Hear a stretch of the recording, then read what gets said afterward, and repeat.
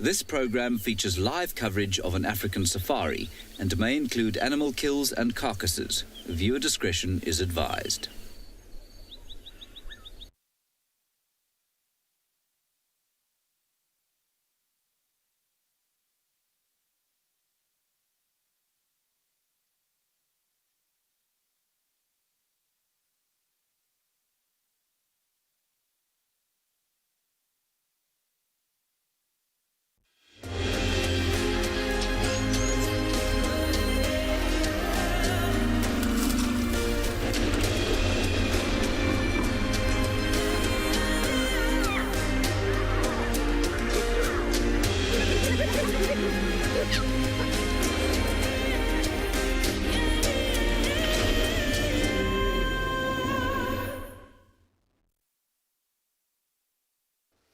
Good afternoon, everybody. Sorry about that. Don't quite know what happened, but we are live now, so welcome to Djuma Game Reserve. My name is Lauren. I do have Davy on camera today, and we are out and about ready for our very hot bumble. You can see the sky is blue. There's not a cloud to be seen. It's very warm, it's very hot, and very pleasant. I wasn't out this morning, so it's time for me to drive and hopefully put together the pieces of where everybody is. Now, remember, everyone can ask questions throughout this 3-hour show now. So kids, you can still email your questions to kidsquestions@wildearth.tv, and adults, please do send in all your questions using the normal platforms, #WildEarth. So, where am I headed? The hyena den, I'm afraid, everyone. I need to try and figure out what is going on with our Djuma clan. So we have Ribbon, the matriarch, who has 2 cubs. We all know that. The cubs are now 3 months, so they're a little bit older and they don't depend on mum as much as they once did when they were under a month. But we now know there's a new cub, and we believe it belongs to the ex-matriarch called Corky. We need to try and find where is Corky and where is the cub. Hello, Impala. Let's just take a little look at our gorgeous herd of Impala. I can't see any males here. Let me just scan this. Oh no, there's a dominant male over there. Yes, of course there is. The males are doing a very good job at clinging on to their harems before, well, rutting season is over. But sometimes it can take a little bit of time before the harems dissolve. Most of the dominant males we see around now are very much all friends again. They're not fighting. There's no need to prove themselves. There's no need to establish dominance. You see them all looking. They're actually just looking at a vehicle off in the distance. You see how alert they are. Always alert. That's why they love open spaces like this, so they can see around. There's no risk of having a predator off in the background ready to sneak up on you. That's why you both tend to find Impala herds in open spaces rather than away in the thicket. But when they're feeding, you will find there's always one watcher. There's always one with his heads up, looking around. And they take turns. It won't always be the same individual at the same time. Someone's always got to keep a watchful eye on what is going on. Impalas are very aware that predators can sneak up on them at any moment.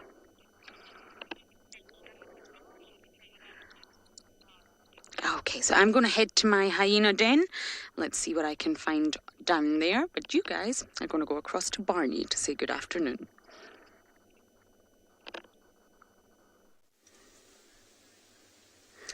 Good afternoon, everyone. Welcome to andBeyond Ngala.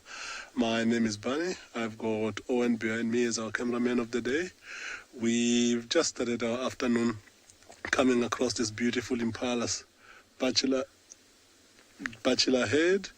With the Bachelor head, it's quite something amazing. All know that they've been fighting and chasing each other around so much in the last while because of the rat.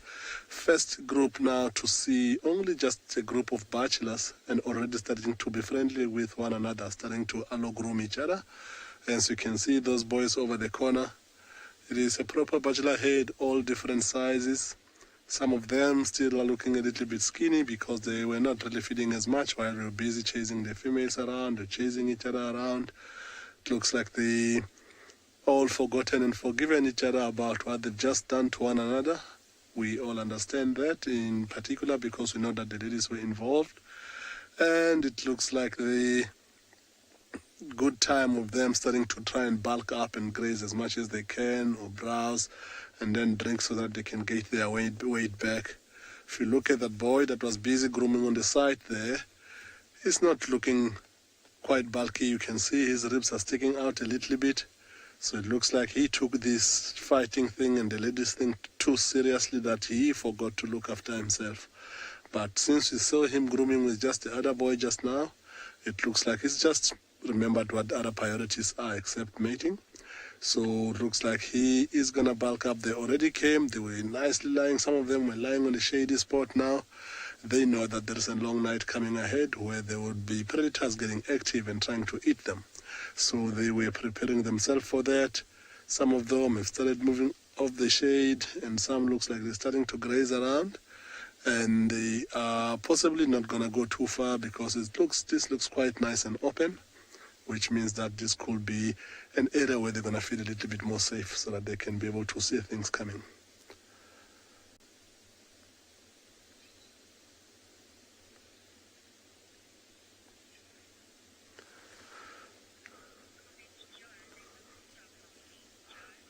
Joe, 100%, majority of them look quite healthy. There is just one or two that have got their pelvis bones sticking out, and every now and again you see ribs.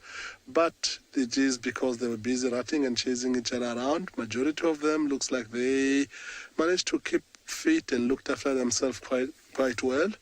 This boy in particular, the one in the shade closest to us,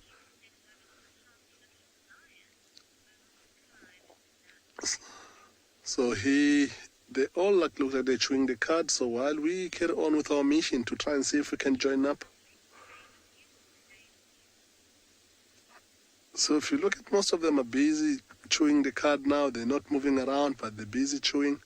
They might even lie down again a little bit as we drive past them. I think we managed to disturb them a little bit to make them wake up because the shade that they were lying on is not too far away from the road. So while they carry on, move around and shoot a card or maybe want to lie down again, we'll possibly try to refocus and try and carry on with our mission of the afternoon, which will be to try and get back to where we found those two roast males that we've been tracking for most of the morning this morning. We eventually found them. They really covered some ground. So where we last left them, if they're still there, they have moved a little bit further out of the Birmingham Pride's territory.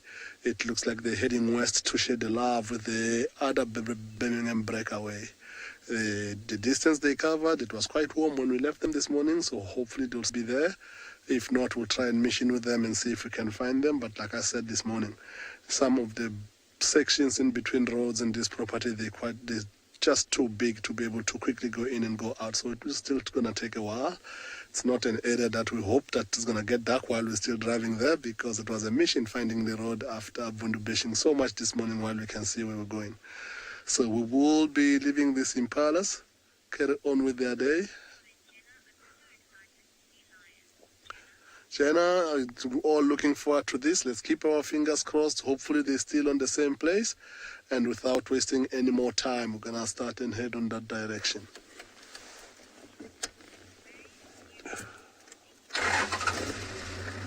Cool, let's go find the lines.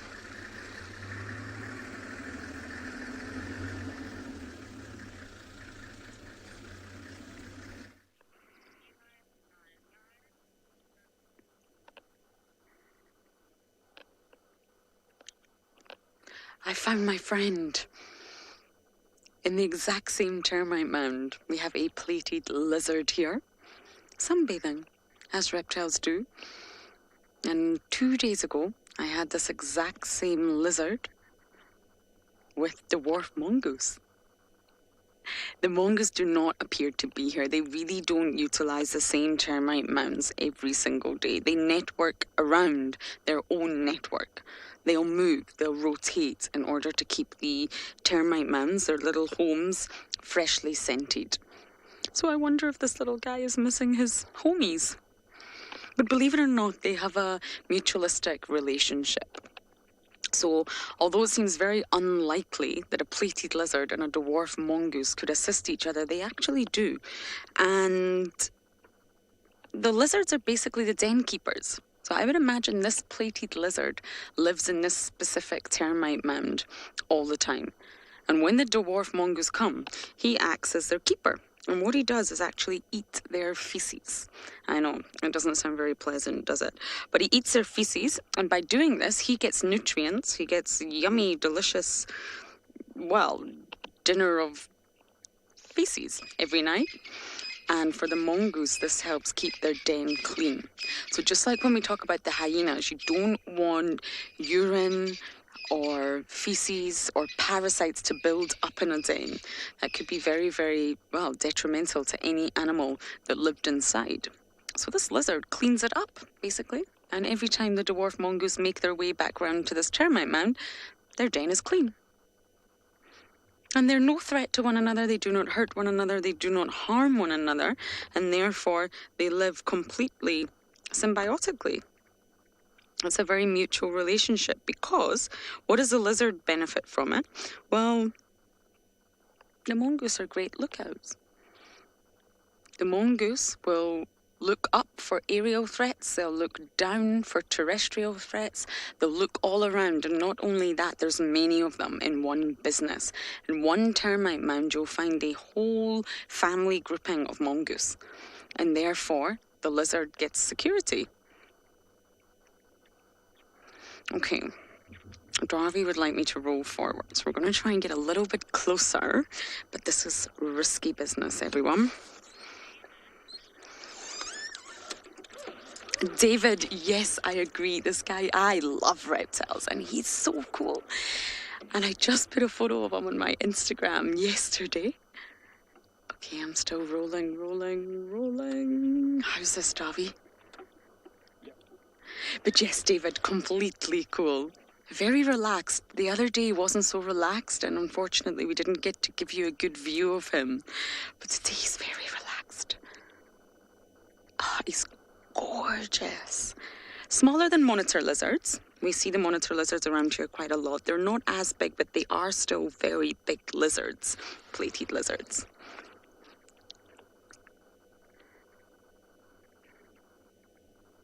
He's just basking. It's winter. The sun's out. It's actually very, very hot today.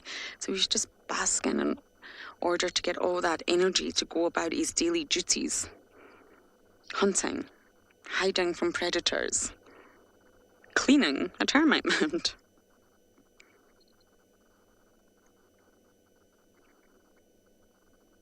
It's 27 degrees Celsius and 80 degrees Fahrenheit today, so it's very hot for winter.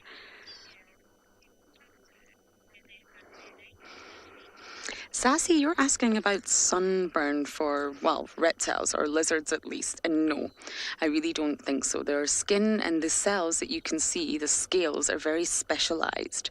Reptiles evolved to survive in arid and dry environments. So the scales that you can see, which is the same for geckos and snakes and tortoises, not only are they a protective armor, so they protect the animal, but they also keep water inside and assist with thermoregulation. So they're very well adapted to life in dry, harsh environments, and therefore their reptiles must bask in the sun. If they don't, they won't have enough energy. So reptiles don't get sunburn. How lucky are they? But they do shed their skin. You will find sort of dead skin cells around when you have a reptile. What an amazing find. We are still going to continue to our hyena den, but we're going to send you all to Tswalu Kalahari with a jackal. So I'm just chuckling because as we've come to you, you see this little creature moving behind that bush. this is a super cool animal. And I'm going to move forward a fraction, and hopefully we can actually see what it is. Well, if you can see what it is. Just give me a little second here. We're going to move forward a little bit. Don't go anywhere, don't go anywhere. The timing was impeccable.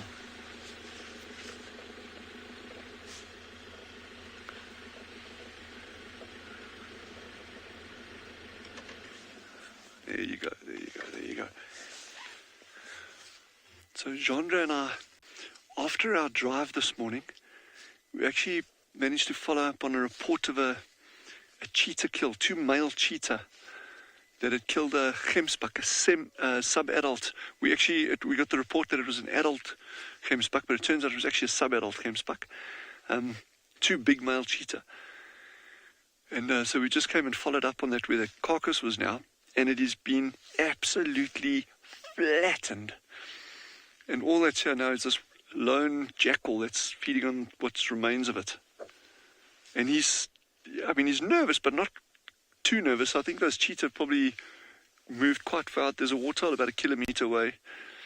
So we'll actually swing down there, see if we can relocate them. But these jackals are magic little animals. Incredibly adaptable, and they found over such a wide variety of habitats. Look. That's nice, that's nice. And they will capitalize on any kind of carcasses like this.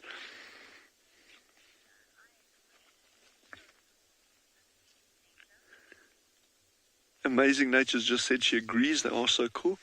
Totally.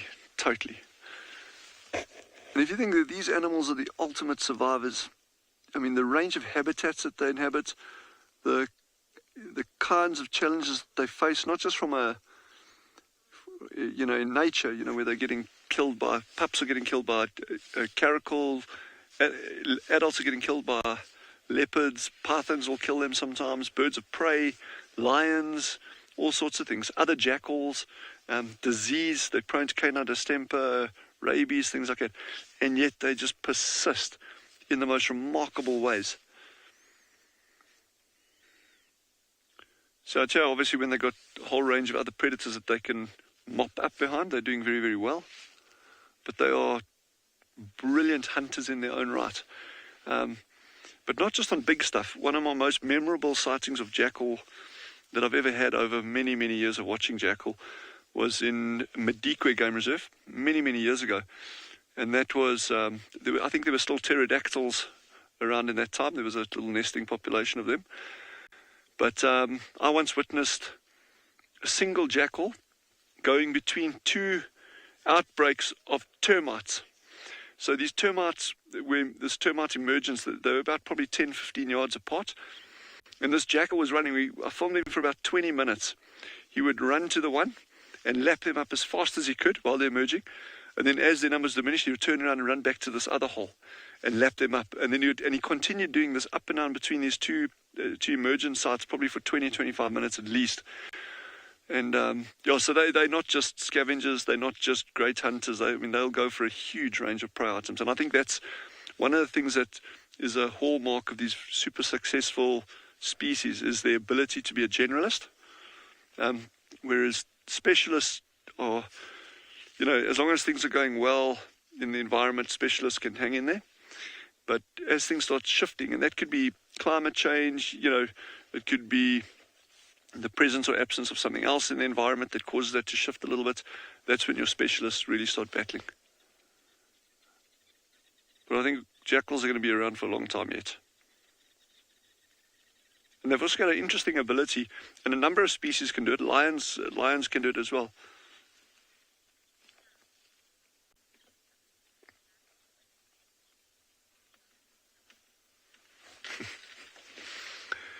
KW has just asked, can I explain the different sounds that jackals make when they're calling each other? So I'm not sure if you're referring to between individual black-backed jackal or between different species. I'd assume you're talking about within species, in other words, intraspecific communications and that. So they've got a number of different vocalizations. The most important one being like a beautiful yapping sound. It's almost like a yap/howl sound. And I can try and make it, but it'll be shockingly embarrassing. Jeandre's nodding. Yeah, do it.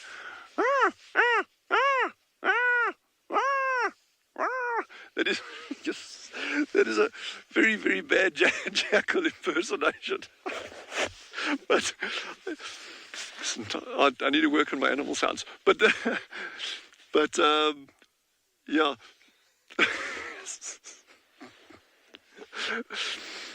But they've got a range of other sounds as well, particularly like alarm calls and that, and then calls for the pups, for the little ones.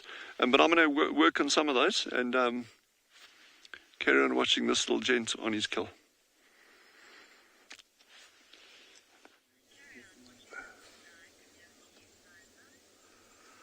Yeah, we just come around the corner and find this big beast standing here. We parked a vehicle here. He seemed not to be paying attention to us. There's some birds, distress calling on the side. Look at how focused he is on whatever it is that's on the other side. I must have said something that he likes because it's the first time he's looking at us now. He was being focused on where that sound is coming from. Those are stray fowls distress calling on the background there. Don't know what it is that is there, but it looks like that doesn't bother him anymore because he's not looking back that way. Look at how nice and dark he is. Again, his focus has been shifted back towards where those birds are calling from. It looks like he's seeing something on the ground that he doesn't like. See, as he walks away, the oxpeckers that he's got. I'm going to reverse back and check and see if I can see anything because these birds are going crazy back here. Our beautiful giraffe is moving off. It doesn't look like he wants anything to do with whatever is happening back here. So we will head back just to see if we can head back there and see what's happening. Let's start and go. Go ahead, Dennis.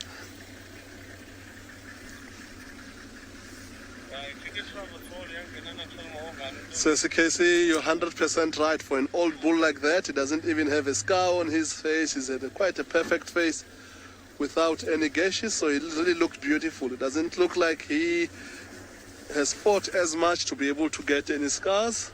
So indeed, he's got a beautiful face, as you can see.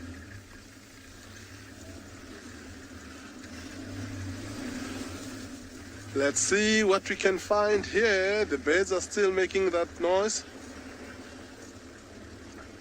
So we're gonna search around here, stick around and see if we can get anything.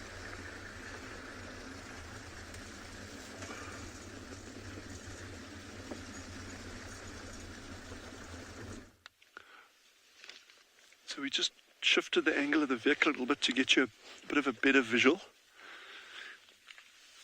He is really enjoying this, what's left of this cheetah kill. But I must say, I'm quite surprised. When John and I got here earlier today, the kill had probably taken place an hour prior to us being here, and there was a ton of meat left on this thing. So we were kind of thinking, yeah, we'll amble out here this afternoon, have a look at the cheetah, maybe get some jackal activity in the background. And we get here, there's not a sign of cheetah, just the jackal, and there's very, very little left on that carcass. So I'm wondering, even if there wasn't a whole pile of other jackals here, I mean, you'll get 5, 6, 7 of them feeding on a carcass like this simultaneously. He's really got his mouth clamped around that piece. He's going to do his best to chew it off.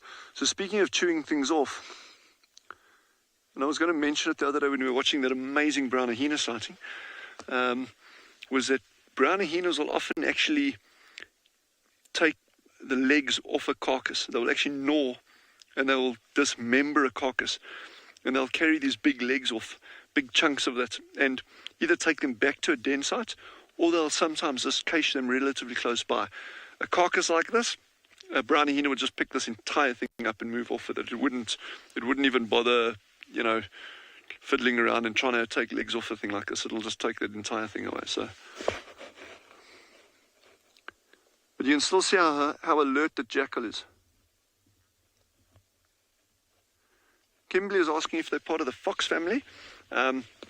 Kimberley, they're not, well, they are in terms of being canids, but they're not, they're a different genus to foxes. Foxes are vulpes. This is canis, C-A-N-I-S.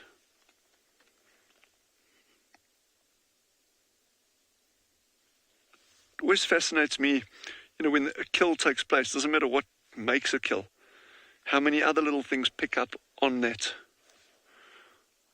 thing. And these jackals must be so in tune with what's happening within their territory. In terms of listening, smelling, their sense of smell is ridiculously acute. It is brilliant, brilliant, brilliant. They'll pick up a scent like this from 2 kilometers away, no problem.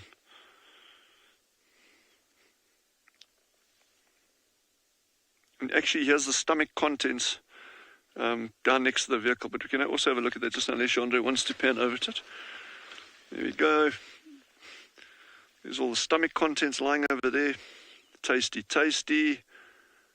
And I see there's some flies buzzing around that. So even that is a meal for someone. Yeah. Well, you see all the little flies in it. So a carcass is a multi-dimensional thing in terms of a nutrient parcel. That is just plant material. So that's all just going to break down. And you're going to be able to... Yeah, there's Kudu alarm calling here. You probably won't hear it, but we're actually having Kudu alarm calling. Yeah, down here. It's down here.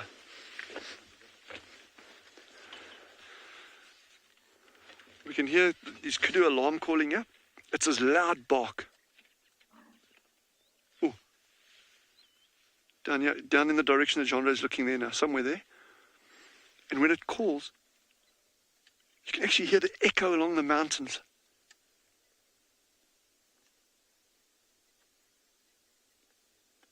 Come on, one more. Do it. Do it. I don't know if you can hear that, but it's just like...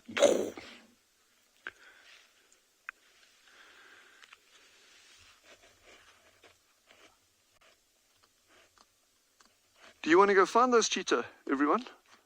If you want to, Genre and I will go for it.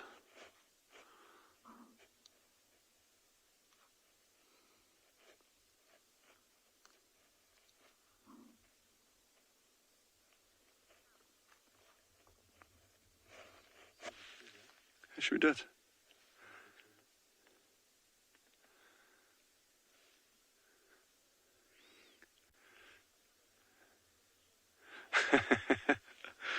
Chris has said yes. Okay, let's do it. No promises. No promises at all, but we're going to see if we can find these cats for you.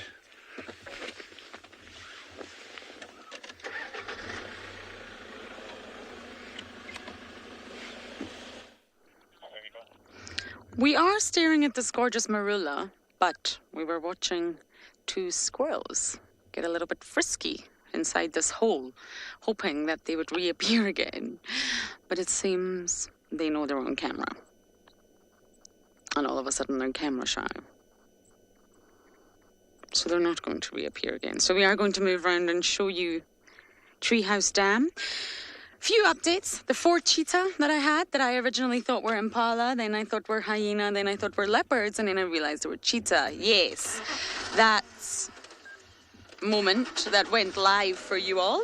The 4 cheetahs, a coalition of 4 boys. They're very, very skittish. They're on Buffalo's Hook right now. They are not on our property, I'm afraid, but I'm keeping a close ear on that. Not that I think we would be able to get them. They're really, really skittish. They're very nervous. They haven't spent time around vehicles. And from what I can establish, 4 is a large coalition, and it will probably make these 4 boys very, very successful. It'll be such a good coalition because of their number. There's a little terrapin over there. I wonder if Darby can use his magic and show us another reptile.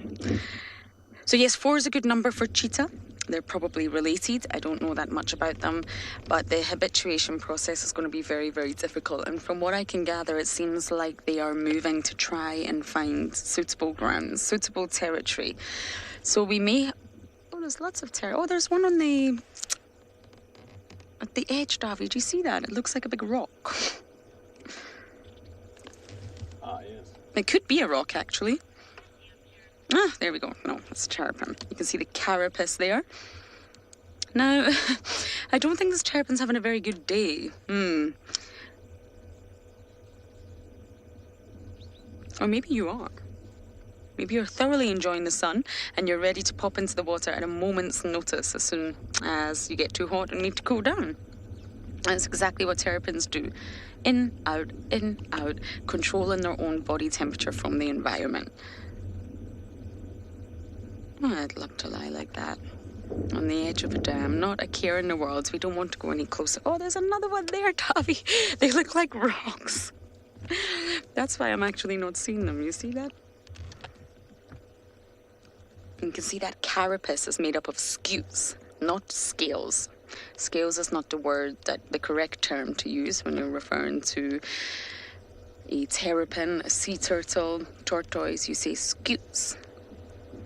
So the actual shell on top is called the carapace, on the bottom is called the plastron, and it's joined. So it's almost like a cage. And it's basically the organism's rib cage that has fused. If you imagine our rib cage fusing in the front, we've obviously got a gap in our rib cage, but if you imagine it growing a little bit longer and fusing in the front, that would be your carapace and your plastron right there. So in order to protect that, they have scutes on top. And they're made from layer upon layer of keratin. It's a really, really strong protein. We have it in our fingernails and our hair, and many organisms in the natural world have it as well. So if you just imagine our rib cage here, just closing at the front, and look what we have. There you go, a terrapin shell right there. So it's made from bone, and that's one of the reasons you must really never touch these animals. I spent many years as a marine biologist trying to make sure that no one touched turtles, because they do feel it. There's a nerve supply, a blood supply, so it would just be like someone touching you. And although that's not painful, you can feel it, and it's disturbance.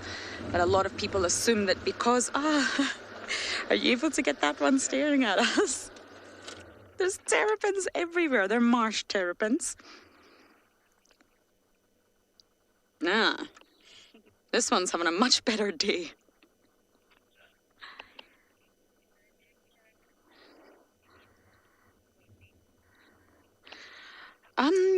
Sophie, you're asking, do I know they're terrapins because they're near water? Yes, I know they're terrapins because they're near water. I'm trying to think what you mean by that.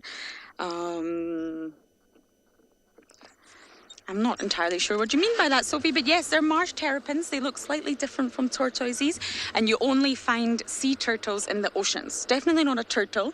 So if you're looking at terrapins, I'm going to try and see if I can show you another one to maybe describe this slightly better, but I think they've all dive bombed into the dam. But in case you're meaning between terrapins and tortoises, terrapins are found mostly in the water. Is that one there, Darby, or is that mud? That's very tricky to see. You think that's mud? Mud or terrapin, rock or terrapin. It's definitely not easy, but I think you're right, that's mud. But tortoises spend a lot more time on land, and they have adaptations for walking across land, including really, really clawed feet, whereas terrapins will spend more time in the water. But if you look closely at them, Sophie, they do actually look different. They have different adaptations, and they have evolved differently for different environments. So you can tell the difference between the two. So we spotted some fresh leopard tracks, so I'm going to search the ground and see if we can get lucky.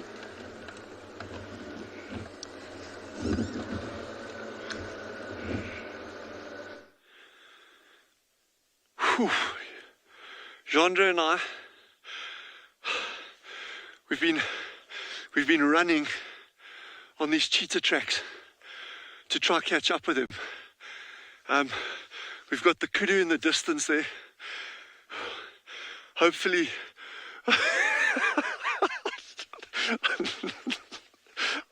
it took us all of like 10 seconds to find this cheetah. They were literally lying on the other side of the road to where we were. So I think the lesson in there, don't just focus on where you think something will be, focus on your environment around it. So when those kudu started barking, they'd obviously seen these cheetah, or they'd flopped down.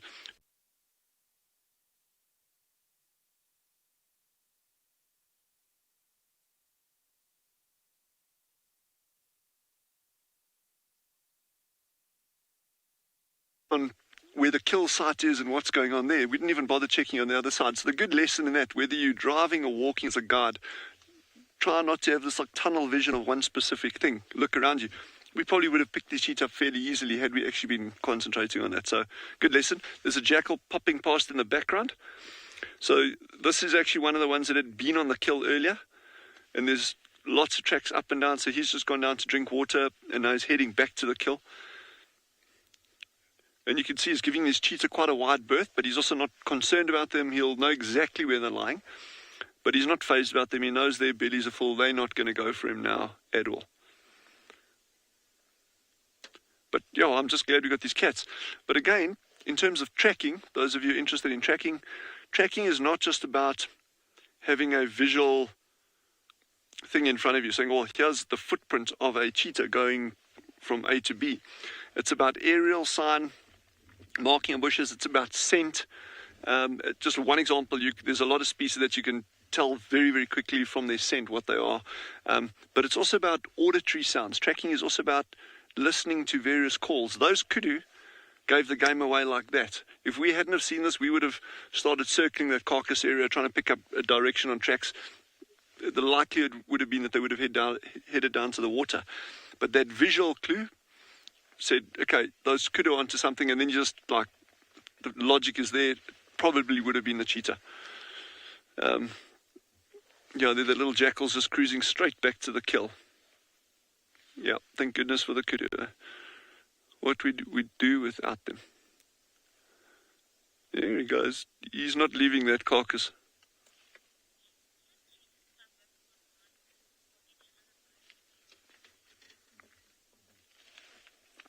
Kathleen, who is 14, has asked, can cheetah suffer from arthritis or any other diseases? Absolutely. I've known captive cheetah, I mean old animals that have had problems with arthritis. My guess would be in a natural population like this, an animal that starts getting arthritis and that cannot hunt, it goes downhill very, very, very quickly. So, but yeah, they would be susceptible to things like that. And yeah, there's a couple other diseases that can get cheetah as well. But interestingly, there was a study done in terms of structural damage on cheetah. Obviously, their key sense is eyesight, and that's what they rely on primarily for their hunting.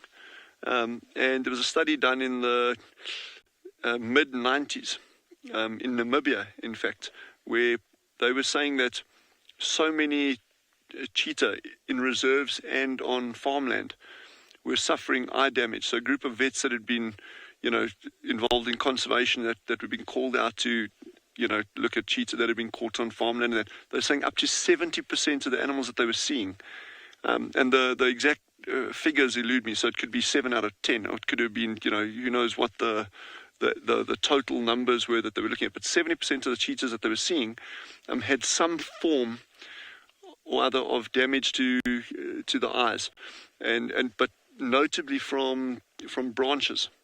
So the theory there was, as vegetation becomes more and more woody, areas become denser and denser and denser, it becomes progressively more challenging for cheetah to hunt. These kind of environments that we're in here, where you've got plenty of space between bushes, and then, as we've seen others hunting in some very, very open areas, but, if this was all homogeneously densely wooded, but not, like small scrubby things, it would become progressively more and more challenging for cheetah to hunt, or at least increase the likelihood of some kind of damage to them. So that's a good question. But these are absolutely flat cats now. They're not going to be going anywhere soon, except to probably down to the water. They'll drink some. But I don't think they'll go very far in the condition that they are now. I'm actually really surprised at just how little is left on that carcass. Okay, it wasn't an adult gemsbuck, but nonetheless, I mean, there was still plenty on there. But those jackals weren't complaining.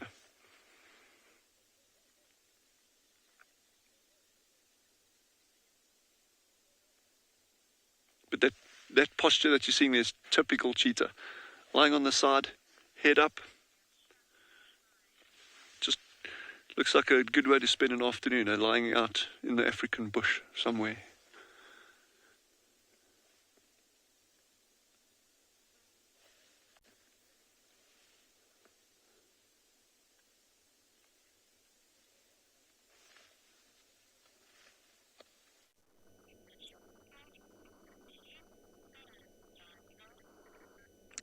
We have some kudu and lots of youngsters too. They've all just walked right in front of us, single file.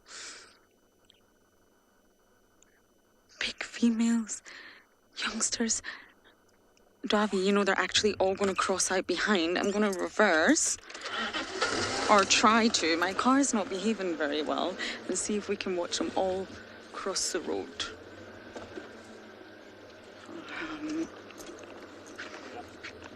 You good? There's lots of kudu around at the moment. I've just heard the update. The Nkuhumas are not too far from Gowrie, Maine. So I'm going to see if I can work with any sort of angle. They're on Little Gowrie. Unfortunately, we can't traverse there, but we can see what we can do with 2 avokas. I imagine they're sleeping. Known the Nkuhumas well. I think they will be flat cats, but we're still going to try.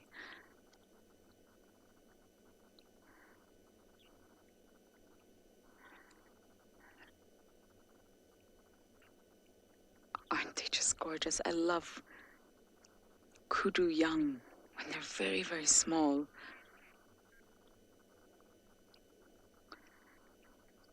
This is a large herd.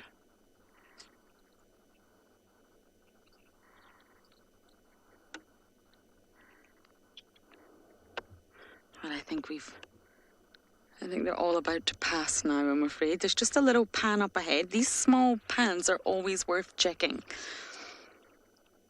because they've still got water due to the summer rains, which means predators are more likely to drink from these small little pans than they are from big dams.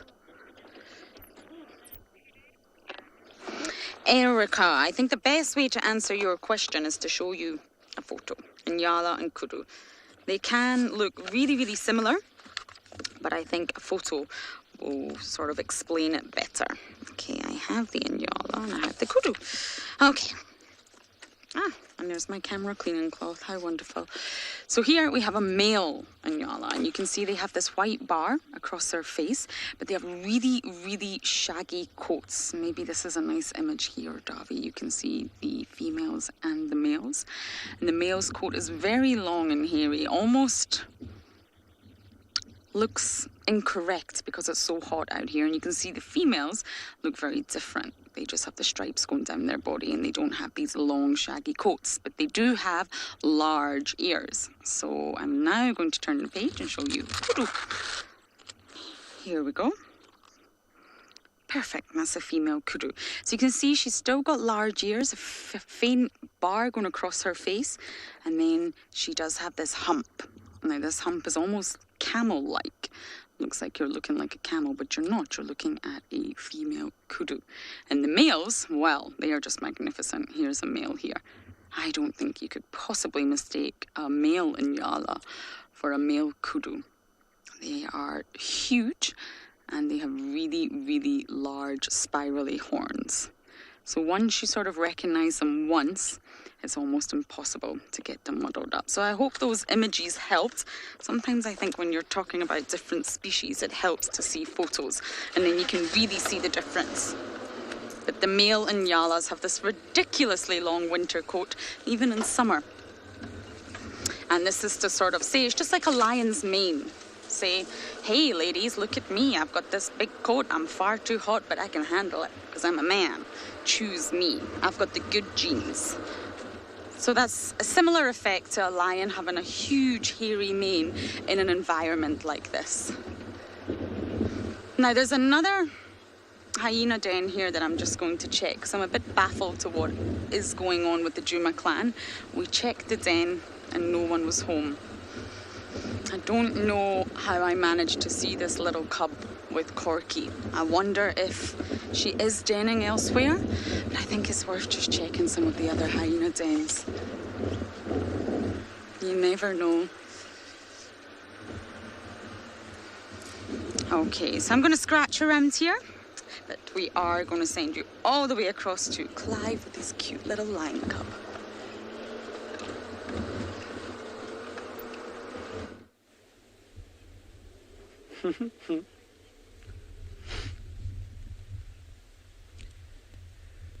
Good afternoon, everyone, and cute little lions is a very good way to put it.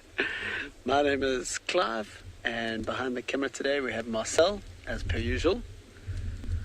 And we've been sitting up here and just waiting for these lions to come out. We could not see the cubs at all in the beginning, but they have finally come out, and they, as you can see, they're all trying to fight for a position.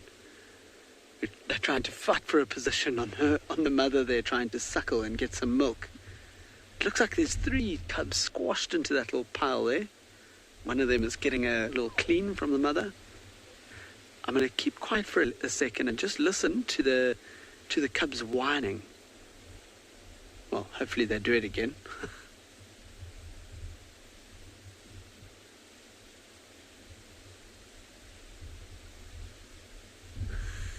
Look at that. They seem to have stopped whining, but if they do start again, I'll keep quiet so you can hear, because it's quite a cute little sound, actually. Now, if anyone's wondering, this is part of the mountain pride. It's the 2 lionesses that have kind of split themselves away from the rest of the pride, and they have their 5 little youngsters. Now, I think the other lioness with her 2 are down in the bushes a little bit to the right. Can't see them at the moment. And it's this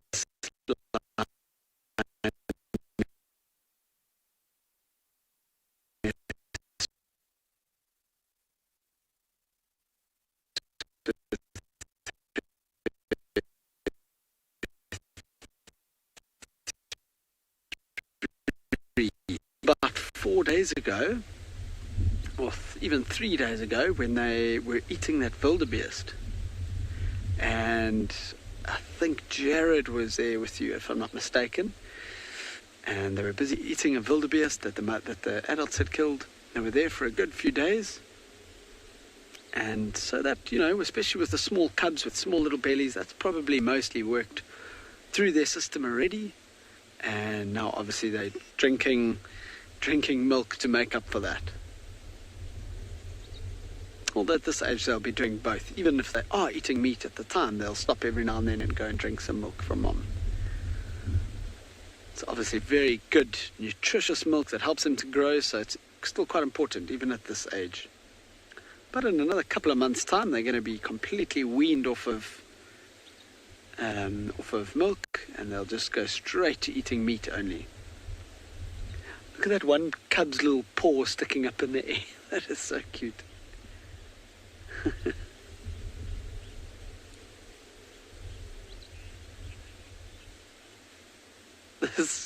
Apparently everyone is saying this is a really cute scene, and it really is. And maybe Marcel can zoom out just slightly, just to have a look at this view as well. I mean, it is just this expansive view out into the mountains.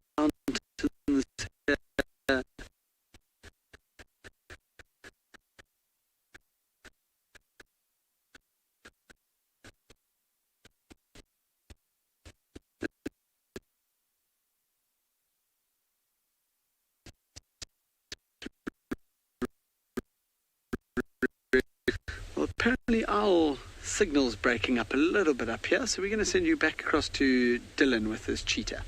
Just apologise, there was a glitch on one of the other feeds over there. But as always, it's amazing having you with us. So someone asked me a question the other day when we were looking at cheetah, and the question was, how many spots does a cheetah have? And I had no idea what the answer was, but I Googled it a lot, and I read up on it. Turns out they have anything between 2,000 and 2,500 spots on a cheetah. Desperate times call for desperate measures. I have no idea how much benefit there would be in doing a research project on the number of spots on a cheetah, but it is interesting out of, I guess, it's interesting. So that is highly variable. I mean, that's a considerable difference, 2,000 to 2,500. Ooh, what is going on here? Look how alert he is. Very alert. He's obviously hearing something. I cannot hear things at the best of times, but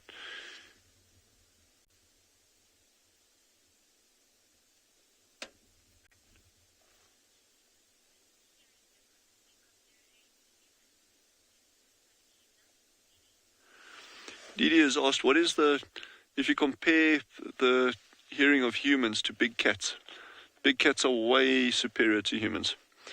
Way superior to humans. But if you take something like a bat-eared fox, for instance, their hearing will knock spots off these kind of guys. So a lot of animals, it's not that they don't have the ability to hear, it's just the design of the ears. Hearing may not be their primary function in order for them to survive. So a cheetah, it can hear, because remember, if you can't hear well, you also it's not about just going out and trying to find your food, but it's about listening out for danger. And it's kind of, I guess, in terms of an evolutionary sense, is what is that kind of optimal distance? So how much energy does a thing need to expend on having these amazing, massive, big ears so it can hear a mouse squeak at 500 meters? Or is a cheetah's hearing good enough to say, well, yeah, okay, cool, I can hear these lions growling or roaring down like 200 meters down the road, and I'm going to get out of here. But if you take something like a bat-eared fox, whose primary sense in order to survive is their hearing, those ears are massive. A bat-eared fox's ears are probably 8-9 times the size of one of these cheetah ears here for an animal that size. So they've got these huge, massive bat-like ears. And there's a good example. You take a mammal that size, and some of them are literally a couple of grams. Their ears are huge relative to their body size. Brilliant hearing, so, and they need that, otherwise they cannot navigate. So, but yeah, compared to humans, the hearing is good.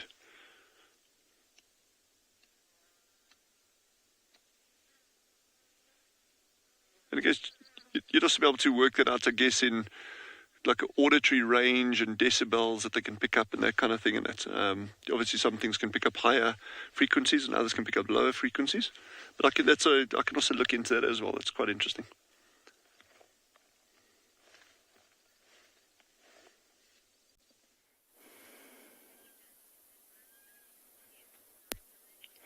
You've joined us with a nice herd of bull elephants that are wallowing in quite a sticky mess.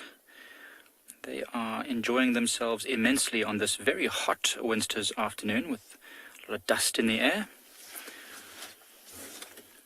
My name is Michael Anderson, and behind the camera is Gerrit, and welcome to Pridelands. Glad to have you here. As you can see, we've stopped at Leopard Dam, which is becoming quite famous for these elephant wallowing parties. And we're going to stick around this area because it seems like this is always a lot of action around this area. So these elephants are part of a larger herd, which was just here a moment ago. They've moved off into the thicker bushes just behind, and they will continue to wallow for quite some time probably until they decide to follow the herd. They're never too far behind, to be honest. They're always interested in the females. There's a few young ones that are also with this group, so maybe the female elephants have just been pushing them away, not wanting them to get too close. They're very, very large compared to the baby ones. Oh, one there is about to take a little bit of a dip. Just now, Gerrit was was saying this one elephant that's in the middle of the screen was actually, it seemed like it was trying to bury itself. It was literally just shimming itself deeper and deeper into the mud until it was more than half covered. It was quite amazing. It's quite comical to see such a large animal doing that. Remember, they do it to cover themselves in the mud and cool their bodies off when it's very, very hot. Also to protect themselves from the sun. Just like many of us would wear sunscreen, elephants need to do it too. Oh, a little bit of a tussle happening there. Remember, these are all, or a lot of these are young males, so they're all just pushing each other around, testing their strength. One day they'll need to fight for the rights to some females. Callie, that's a good question. Callie's asked if there's any chance that elephants can't get up once they lie down. You know, it's very difficult for elephants to get up once they lie down, especially in this kind of mud. We saw one just now who had to really kick his legs back and forth to try and get momentum to pull himself out of the mud. And definitely we see lots of baby elephants all over Africa when it gets to this time of year and there's lots of mud around, getting stuck in the mud. Many of them actually have to get rescued by the game rangers and field guides as they're out on their safaris to try and get them out of that mud. Otherwise, they're stuck there. Remember, all these elephants moving through this mud gets them all churned up. Of course, we try and avoid interfering with nature as much as possible. But sometimes, you know, our compassionate nature just compels us. And then often the big elephants, really, really big male elephants, or any big elephants, won't like to lie flat down on the ground because it is very difficult for them to get up. They'll often lie against a termite mound or a bank to give themselves a bit of an angle so they can sleep or lie down, but then not have to get themselves all the way up again. So Callie, yes, they do struggle sometimes, but usually they're able to hoist themselves up. Remember to send your questions. We love questions like that. That was an awesome question. Send all your questions through to, if you want kids questions, to kidsquestions@wildearth.tv. And everyone else can send your questions to #WildEarth on Twitter. That would be fantastic. We love answering all the questions. Remember, this is your safari as much as ours. We want you to be involved as much as possible. Just like these elephants are getting involved in this mud fight. That looks like a lot of fun. Elephants are so social. Remember, this is all part of also bonding. This group of males might actually stay together for many, many years as they get older and learn the ways of elephants. Oh, pretty sure there's a few slip and slides there. Shenzi has asked, won't the mud dry their skin out? I'm sure it does dry their skin out to a certain extent, but I know that mudding is quite a popular pastime for a lot of people. Go to mud baths and get the mud. So maybe it's actually good for their skin. It might dry it out, but it probably helps them to get rid of any parasites and any, toxins that might be accumulating or being stored in the skin. Remember, elephants eat a whole bunch of weird stuff and they push themselves through this thick bush all the time. And often there'll be lots of things that crawl all over them or things that they might eat that are a little bit toxic. I mean, they'll try their best not to eat the bad things, but I'm sure when you're an elephant and you have to eat over 100 kilograms of food every day, you're going to end up eating something not so tasty. So the mud is probably quite good. It gets rid of some of the toxins. You know that a lot of animals actually eat bits of mud and soil for exactly that reason, to try and get some nutrients that might be missing, like salts and minerals, but also to get rid of toxins that are accumulating in their stomachs. So mud has many amazing properties.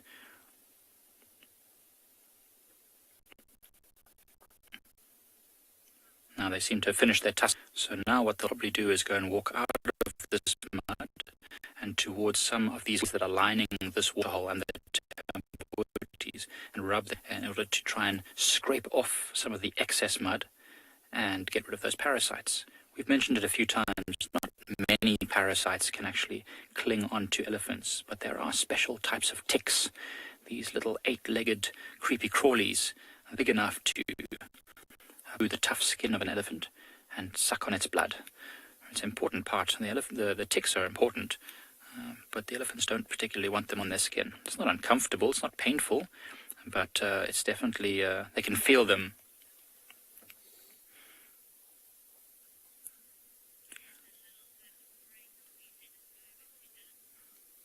So what we're going to do is while we watch these elephants and see where they head after this mud wallow, we'll send you back over to Dylan.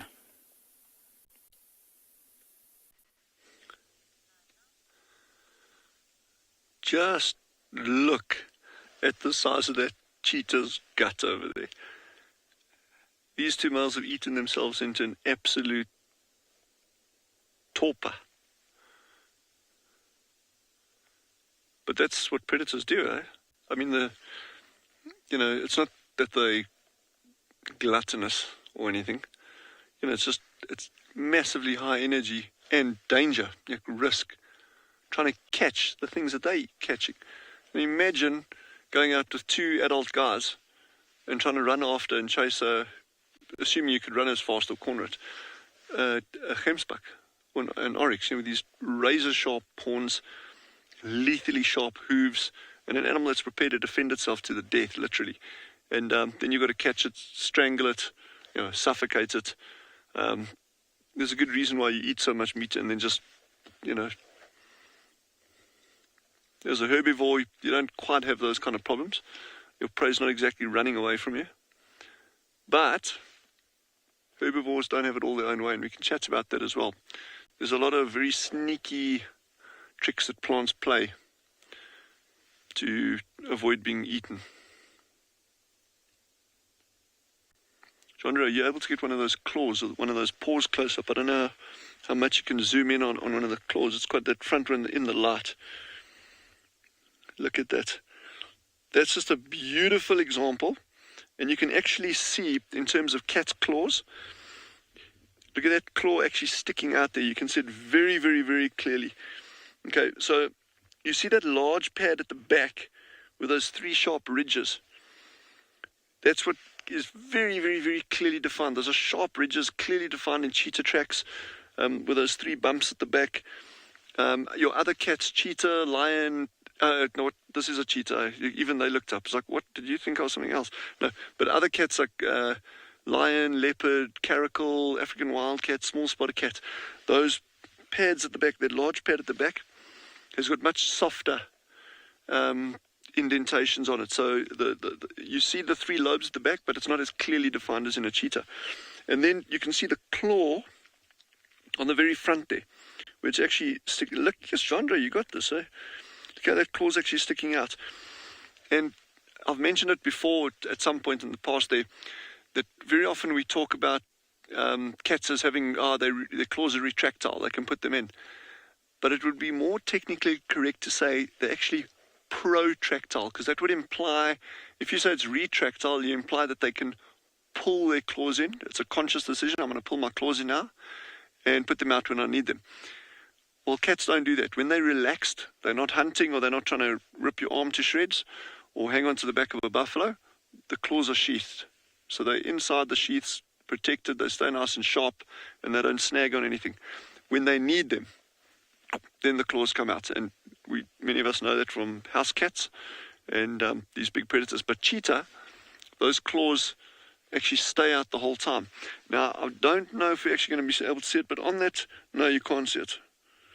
But on that foreleg, they've actually got what we call dew claws, and those are protractile. So they are sheathed, and those claws are actually razor sharp. And that's, if you look at any video footage of those of you who have been very, very fortunate enough to actually see cheetah chase and hunt something and actually get to grips with it, you'll see they'll often come up from the rear because they're chasing the thing, but then they'll take a swipe at it, or they try to get their claws around it, but that's when they put that dew claw in, and that hooks into the animal, and they use that to pull it down, trip it, and then they'll go for the throat or the muzzle.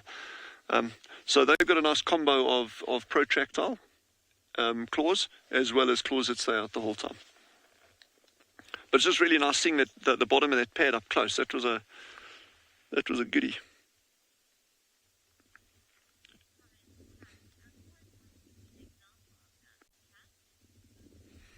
Cat, well, there you've got it. Thanks to Chandra here, and his magnificent, oh, that's cute, yes, see. And his great camera work, look at that. Tell me that's not a face to love. No, I'm going all soft here now. Look at that hardcore African predator. ready to take on animals in the African bush. Or it's just a big, cute, cuddly cat. So these cats are probably unlikely to hunt for another 3 days or so, 3 to 4 days. But that's just a general rule. You know, you'll never say, oh, they won't hunt. Looking back over my career, I think some of my best ever hunting sequences I've seen, from cheetah to lion, leopard, a whole range of things, have been instances where I wouldn't, if someone had asked me would those animals hunt, I would have said no, just because they were full. They, you know, it's just they wouldn't have gone out hunting, actively searching for stuff. But things just happened to come along. The wind was in the predator's favor, not in the prey, and action just took place. So yeah, never say never in the outdoors.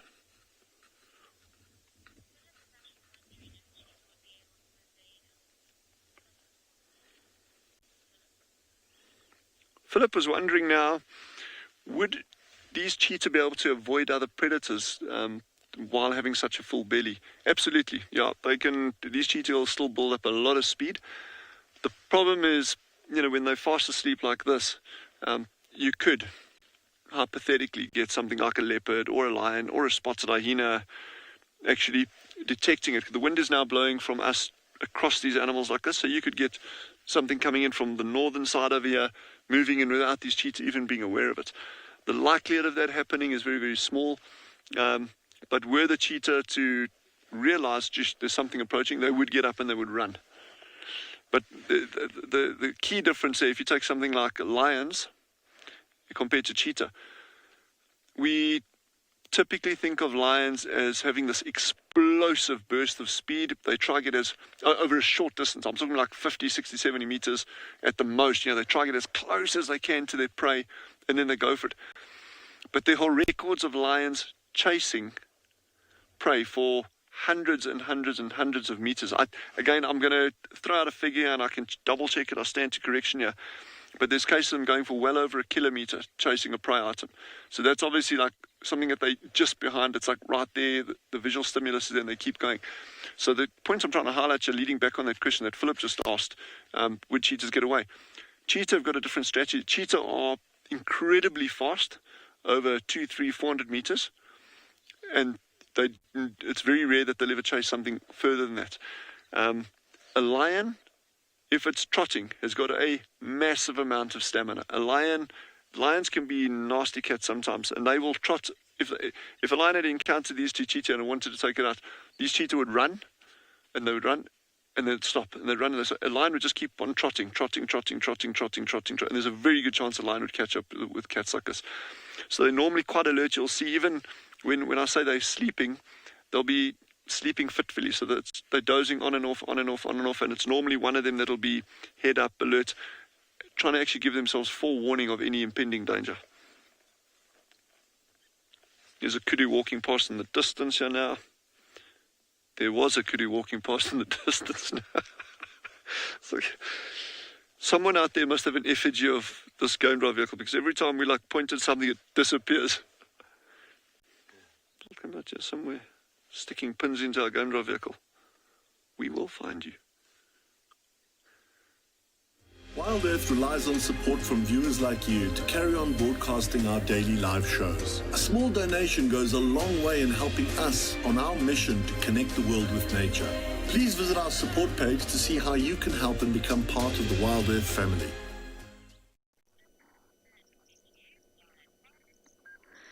We are just checking the small pan that we used to come to all the time, where the weavers were very active, and in summer it was a hubbub of activity, looking for any signs of life. This used to be one of my favorite places to come. Dragonflies, butterflies, birds. Davy and I spotted a kingfisher here the other day that we hoped might still be around, but sadly the winter's really taken its toll on Djuma. There's still a lot of water here. I imagine this will be a prominent pan for the predators to come and drink. It is shrinking slowly. So I think from this small water body, we're going to head to a much bigger one, aka Cheetah. Chitwa's a good place to visit once that sun is sort of gone down just a little bit. So it's no longer that intense midday heat. You can have the chance of seeing elephants coming to drink, and of course dogs. It's always worth just popping your nose in. Martha, yes, well remembered. It's Lauren's pan, and it's so quiet now. It's obviously not really my pan. We're just teasing because it actually doesn't have a name. Davi's saying LBJ, but I think he means LBR. LBR, well spotted, Davisito. The colourful bird. Lilac-breasted roller, which is quite a mouthful, hence why we just say LBR.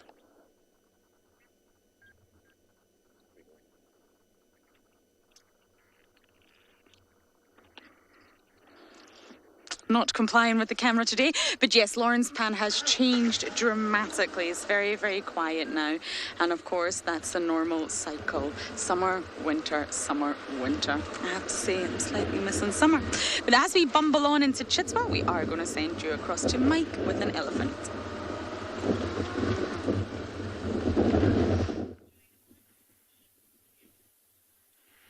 So we are enjoying this wonderful scene, and what we've actually found is this one large female using her tusks as a tool. We've been talking about it a lot, what they use their tusks for, and she's been using her tusks to gouge big chunks of bark out of this big marula tree here near the water, and then eating this sugary sweet sap just under the bark and then throwing the bark out.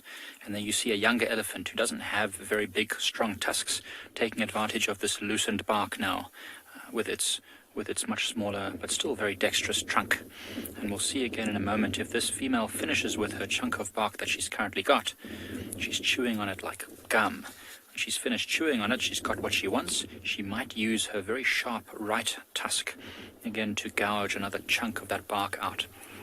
There are a lot of elephants here, and they've all finished their mud wallowing, as you can see. And this little tiny baby has been trying to learn exactly how to use its trunk and feet in unison to pick up these little bits of bark that everyone keeps dropping. It's still suckling, this youngster. It's not eating solid food that much yet, probably at all. So it doesn't really know what it's doing. Oh, look at the female's coming. Maybe she'll use her tusks again. Oh, of course, on the other side of the tree. Oh, the light is so gorgeous. But yes, the little baby is just watching what everyone is doing and picking things up and smelling them and kicking them around, and we're trying to learn. Here we go. Here's the female. Look what she's doing with her trunk now. She's reaching, looking for a loose piece of bark. And now you might see how she's got her tusk ready. When she finds a little gap, she might use that tusk. Come on, don't leave me in suspense. You know, there's a classic thing that guides do. When we say an animal's going to do something, almost certainly, oh, there it's doing it. See that? She's pushing. Oh, but we couldn't see it was on the other side. Often when we say an animal's going to do something, they'll go and do the exact opposite. Or they'll do something which they're not supposed to do at all. Here she goes, here she goes. Oh, of course. See what she's doing. She's got her tusk right close to where her trunk is so that she can guide by feeling with the trunk. There she goes. See that? Amazing. There's another little chewy mouthful. So remember, this time of year, there's not a lot of green stuff. I know you can see green trees in the background there, but those are mostly what we call guarri bushes and leadwoods. And their leaves are very tough and not very nutritious or tasty. Oh, something's just annoying her behind her. Maybe all the other elephants wanting to get to that marula tree. Look at that, they're immediately all coming in there. It is quite funny to watch all these there. It's like a snack bar. They're all just popping in there to this marula tree. It's shame this poor marula tree. If all the bark gets pulled off this tree all around, it won't be very well protected from insects, and it might actually. Here we go. Look at that. Using the tusk. Oh, like a chisel. Watch this. There you go. This one hasn't quite got the technique just right. Only got a small piece there. Sometimes they can strip off a whole long piece of the bark. So now you can see this This is an interesting elephant. She's got a very angular forehead, so it's really easy to tell that she's a female. Remember, the male elephants will have a very rounded forehead. It's really awesome to see. This is quite something you don't see often, because during the summer, when it's very green and there's plenty of green stuff to eat, they'll eat the green leaves and the grasses. But now during winter, when all of that stuff is not very nutritious, they'll have to go to where the trees are storing their energy, which is inside or underneath that bark. Remember, the outside is tough and hard, it's a protective layer, but just underneath is where all the sugary nutrients comes from the leaves and where all the water comes, all the good stuff there.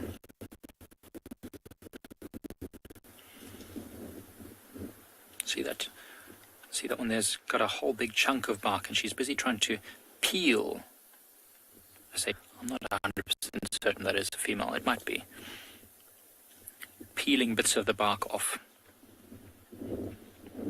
Jenna, it is the first time you've seen this. That's great. I'm so glad that you're finally getting a chance to see just how amazing elephants can be when they use their awesome brain power in conjunction with this incredible dexterous body that they have. They are literally able to figure out a lot of things, and they know exactly how to use all this stuff. So Jenna, this is great to see. I'm so glad that you're enjoying it. So look, all the elephants are crowding under this tree now. They're scratching on it. We're going to wait here a bit longer with them and just see how this all develops.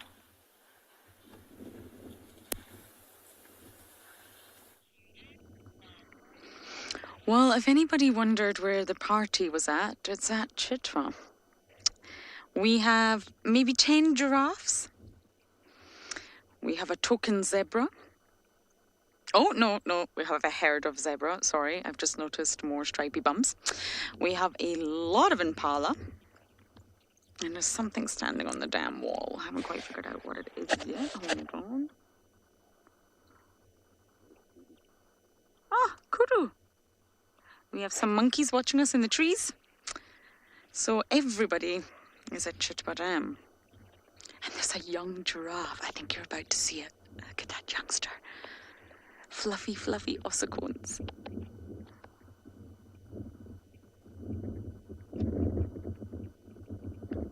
A journey of giraffes on a journey.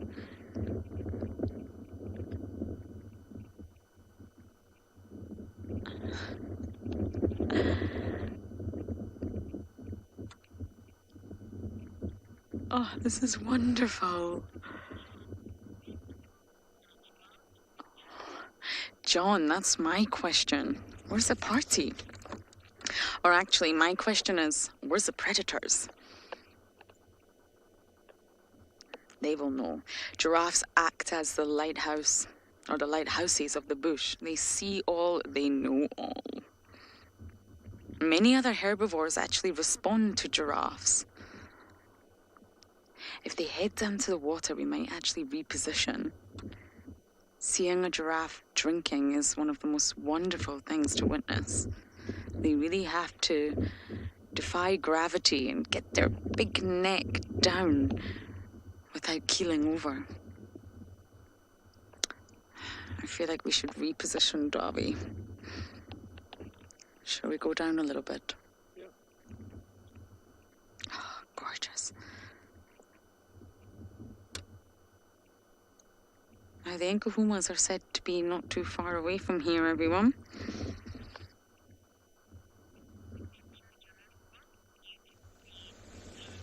Jojo, I agree. And someone else has joined the party. We have a wildebeest.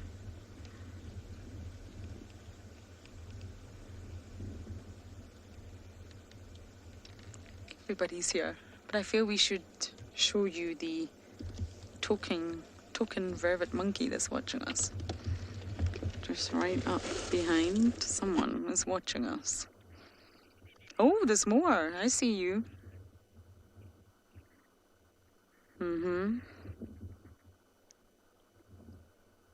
I spent all days arguing with the vervets, and I decided to do a roof raid the other day, as we have 0 cheese graters and we used to have 3. So I decided I'm going to do it. I'm going to get a ladder, climb all the way up a silver cluster leaf and try to get on the roof. Now, it wasn't easy, and I did Well, I got injured slightly, but I found 3 of our cheese graters, soup ladle, pastry brush, unbelievable amounts of cutlery, a mug, and I think that was about it. So we can now grate cheese again, everyone. Isn't that wonderful? And the vervet monkeys were behind this. Yes, they love stealing our things and put them on the roof. And I think we've got really nice views of this giraffe just walking towards us. Dobby's busy. There's so many animals everywhere. Oh, he's just walking away. Do you know what? Let's go down to the dam. I can see the fish eagles. I can see more giraffes. I can see Kudu on the dam wall.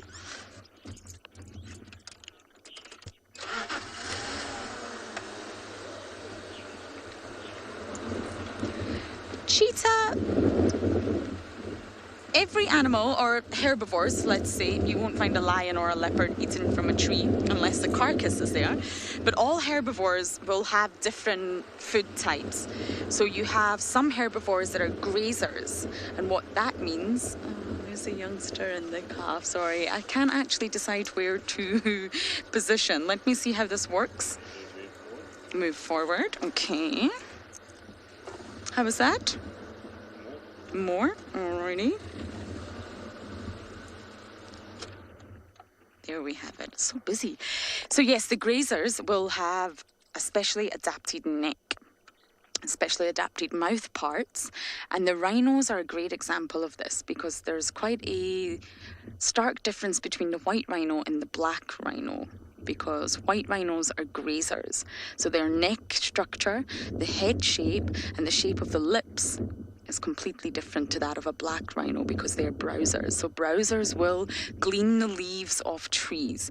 Now, many browsers will also eat flowers and any other delicious plants on the ground, sometimes bulbs, but there's quite a difference between the two. And those animals that are fructivores, that enjoy eating the fruits and the cheese, will have their preference. Even elephants absolutely adore marula fruit. Monkeys love the fruit from a jackalberry. So it really each... Wildebeest just kicking up the dust there. What are you doing? It was digging for something. So yes, each herbivore will have a preference. It really depends on the diet. But winter causes changes in diet. Winter causes most herbivores to evolve slightly because there's not as much food around. Food is slightly scarce. Trees have lost their leaves. Not all, but a lot of trees have. Most trees are not fruiting. A lot of the grasses are dead. So herbivores will adapt their diet in winter. Okay, it was a great choice to come down here. I think I'm going to go up on the dam wall and see what else we can find. But for now, we're going to send you guys across to some carnivores at Phinda.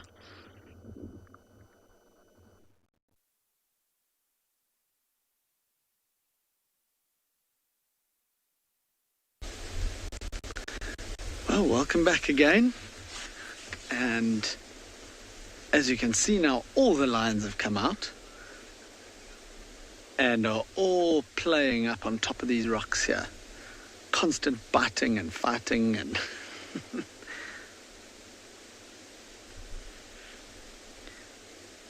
And since we're on the subject of all the diets of all the different animals, these lions' diets are definitely not going to be changing from season to season. And as we saw just now, these little cubs were all suckling from the mother, and you can actually see on the mother, around the mother's teats there, that it's all wet, and you can see that she's been suckled recently.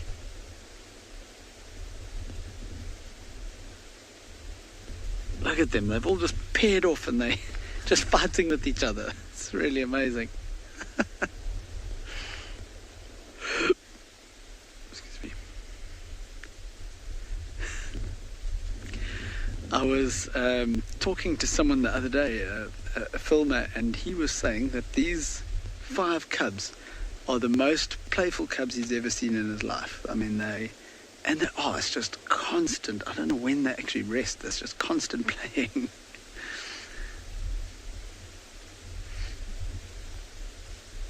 I guess with so many brothers and sisters and cousins, there's a lot of youngsters to play around with here. Look at that. Oh. I could watch this all day.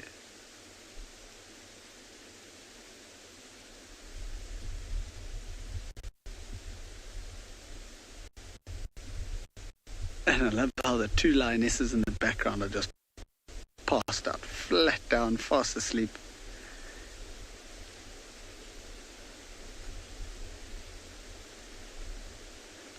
Yeah, that's actually a very good question. I suppose it's not something that you can prove.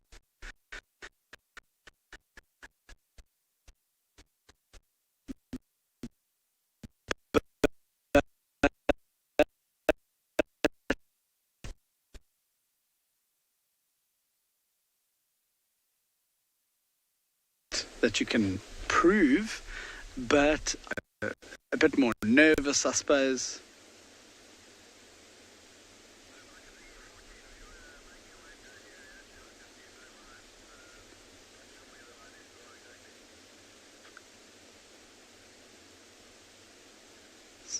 Sorry about the little technical glitch there. But yeah, I was saying, I think they do. I mean, it's not something I suppose you can prove, but I think that they do, because sometimes they will be fine and carry on with their day without even looking at us, and the next time something might have triggered them and they become grumpy. So I would think that they do somehow have mood swings. Look at how white, like that one that's rolling over onto its back. Look how bright white it is underneath there compared to the rest of its body that's very spotty and nice and brown. That beautiful, like golden, rich brown.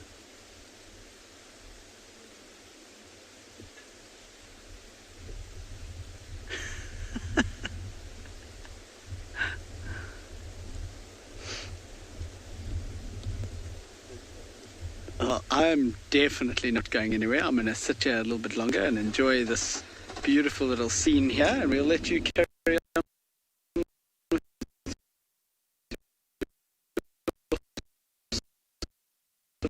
Two unlikely friends again. I keep seeing all these unlikely partnerships in the wild. The grebe and the hippo, the plated lizard and the dwarf mongoose, and now we have a fish eagle and a hammerkop. Just chilling. Homies. I think the fish eagle is eating a fish. It looks like a fish, from what I can gather. The hammerkop's not. They're just hanging out together. The other fish eagles in the tree, the monogamous pair, one's the female, one's the male, but it's very tricky to figure out who is who. Isn't this fantastic? I'd really, really like to get closer to see what they're eating. I'm just a little bit worried about doing that. I think it's a fish.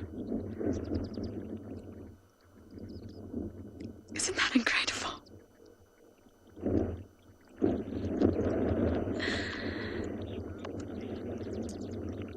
Yes, I think it's a dead fish. Most likely a catfish.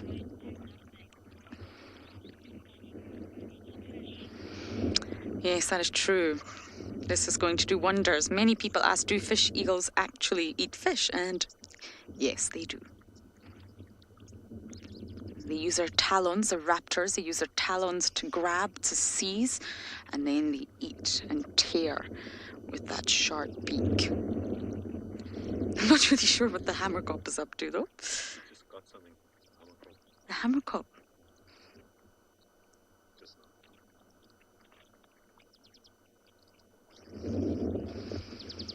The fish eagle's given us a wonderful view of its white underside on the bottom. Underneath it has those white... Ooh. Did that hammerkop just try to steal? Yeah, I can see that. It looked like a worm of some sort.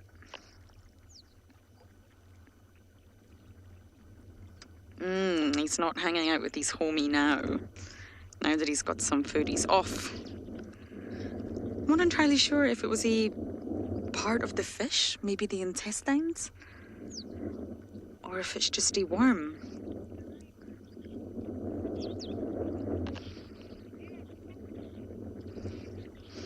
Guide monkey, yes, Chitwa does still have fish in it, mainly catfish, but there are other species in there as well. The crocodiles, we actually saw a big croc the other day. They are around, but because the season's changed, because it's winter, I'm not sure if they've just repositioned, but the crocs are still here. And of course, the basis of a crocodile's diet is fish. Primarily fish. They will seize any opportunity that comes their way, but they mostly eat fish.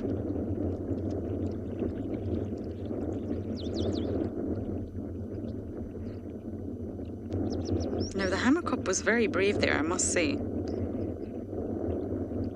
They normally do hang around water bodies because they eat aquatic insects, tadpoles, frogs, maybe some small reptiles.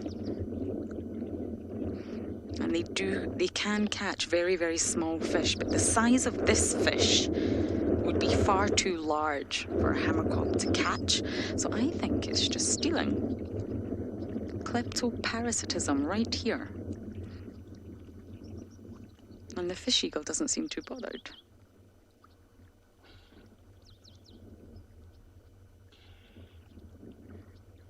Going back to fish eagles just eating fish, at this very dam, I have witnessed fish eagles eating Impala carcass and other sorts of dead animals. So it's not just fish that they eat, but just like crocodiles, that makes up the bulk of their diet.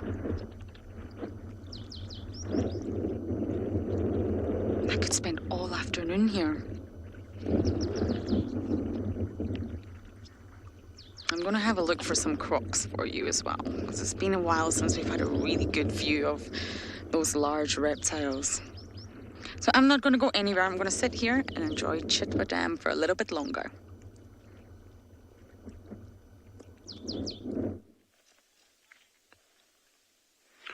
Wow, that fish eagle eating a fish sighting must have been incredible. Oh, you are kidding me.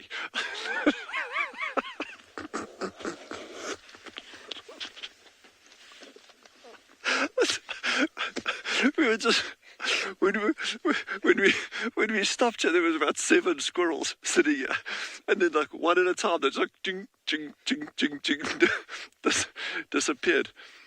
Yes, that timing was impeccable. Anyway, that was a Cape ground squirrel. It still is a Cape ground squirrel, I assume. It's just not there anymore. But we have something else to show you. Okay, this is not, I'm just going to put it out there, it's not for sensitive viewers. You all know who this is. Some of you might know. Beautiful. Look at that. This is Mel or Melanie, Mel Gibson, some of you might know it as. And it's aged. Yeah, it's aged. The comparison is not dissimilar. But yeah, so it is aging. But what's really interesting about it, anyway, the seeds are still perfectly intact. And so the seeds aren't going to be compromised. So we are still actually going to open this up at some point in the future, take all the seeds out. But yeah, so there you go. Mel's aged a little bit worse the way. But anyway, we're going to amble along and see if I can actually find something else somewhat less macabre. I can't believe those squirrels. They pulled such a quick one on me there. Oh well.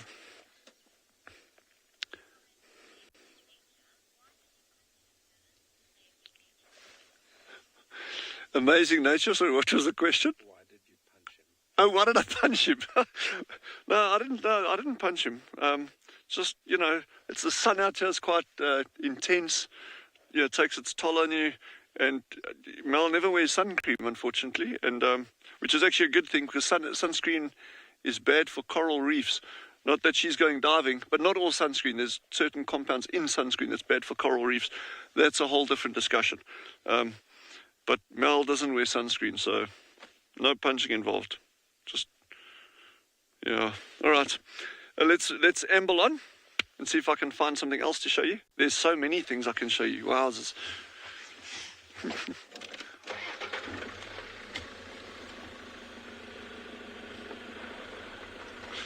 So with these cheetah in the area, and having with that kill here, it's not impossible to bump into things like brown hyena, more jackals, any of these other little things that are going to start capitalizing on a kill like that. So we're just going to keep our eyes open for anything in that line.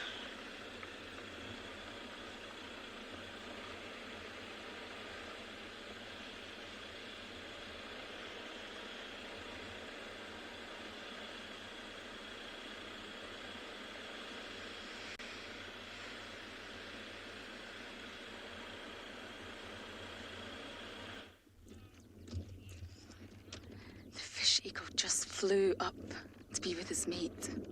The two of them were just perched in the tree here. I'm very much hoping one of them comes back down to eat the fish. See?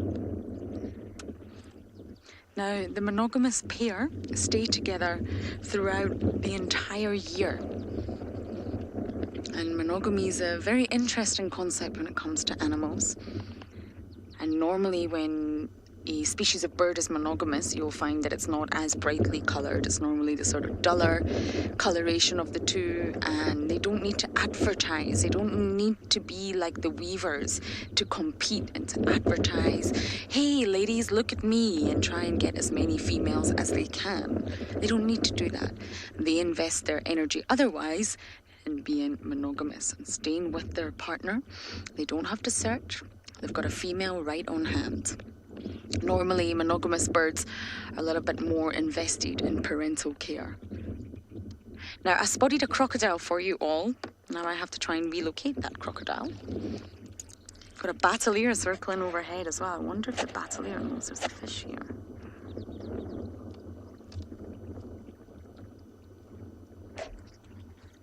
Can't see the crocodile anymore. Okay, we're going to go along the water's edge. It's a very, very large croc, right to where the hippos are. Let's see if we can find it. Crocodiles are not the fastest of movers. I don't imagine it will have moved too far. And that batter's circling. Let's just take a look at what this delicious... Davi, can you see that? What is that wonderful delight? That's a very large fish.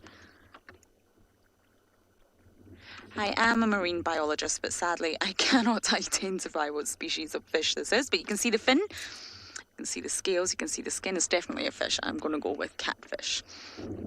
And that is just a guess, yes. Otherwise, it's pretty nondescript. I'm not getting any aroma. Not too fishy.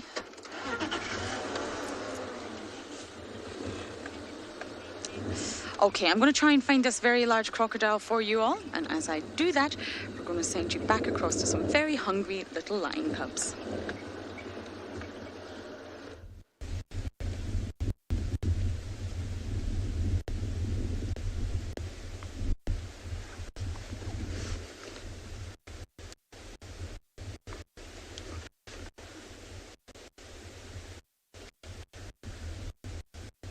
Well, from big crocodiles to tiny little lions.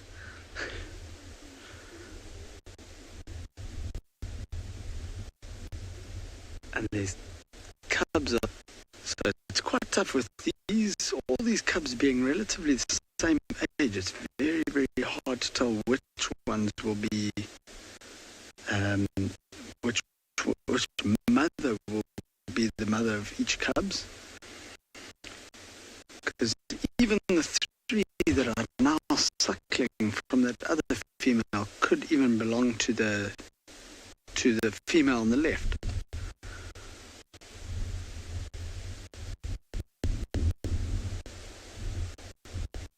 They will even suckle from whichever female's lactating, they will suckle from her. So look at them. It is so funny to watch them. They're constantly just rolling around and fighting. It's also so important for their development. You know, even now, they're forming dominances.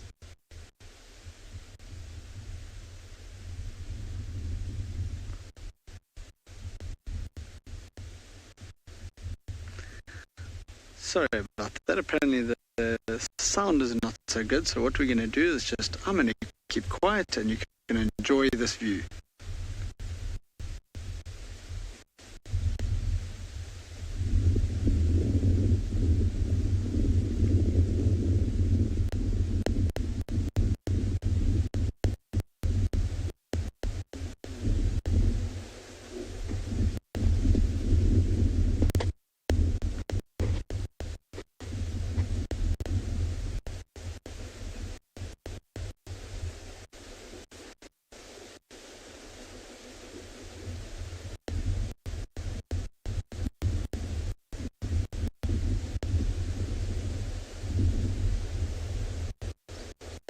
Cubs here, and in the meantime we'll send you across to Barney with some giraffe in this beautiful afternoon light.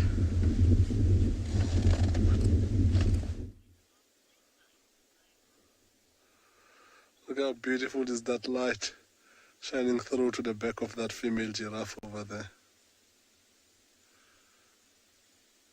So she's got a bed that's bothering her, that's going up and down. Looks like it's going into the ears. And she keeps on shaking it. If you look closely, that giraffe has been chewing and it hasn't been feeding. It looks like it's busy chewing the cud. So if we zoom in closely, you'll be able to see after a couple of times of chewing, you might be able to see her swallowing that ball, going down and pushing another one up if she doesn't disappear behind a tree.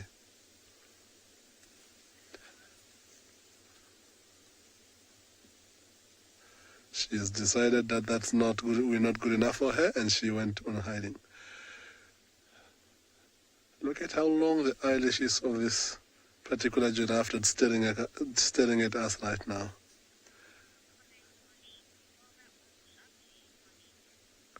It's beautiful indeed, Monique. There is nothing like a giraffe on an afternoon sunshine.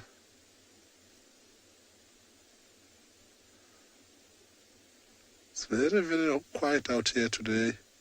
You sit quietly, you can hardly hear anything. There's not so many birds calling, nothing really. It looks like everything is just quietened down a bit this afternoon.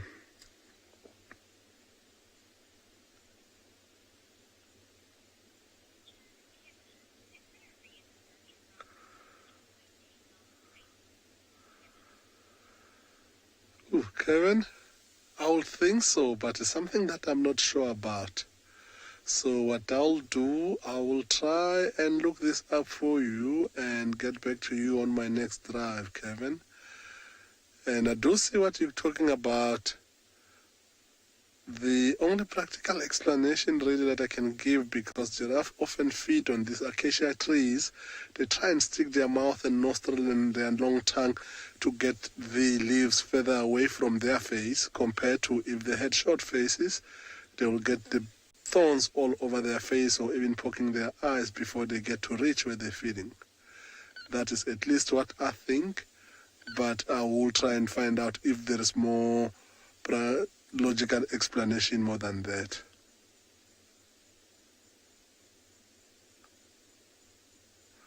To see, as we talk about the tongue, how she was licking herself now, the tongue is also quite long. Looks like she still wants to reach for something on the ground, unless she changes her mind.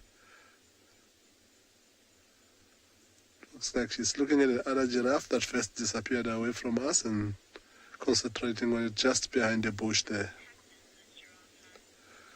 It is a beautiful pattern indeed. Did you know that giraffe have got, every single one of them have got a different pattern, exactly like our fingerprints? Go ahead.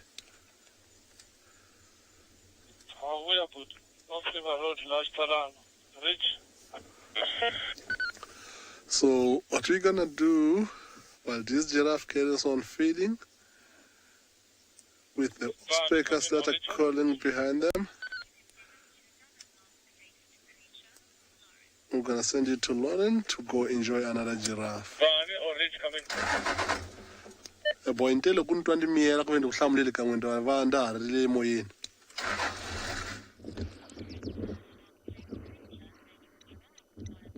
It's definitely not a giraffe. It looks like a rock, but then you see the teeth and you know, aha. Yeah, it ain't a giraffe or a rock, it's a croc. Basking.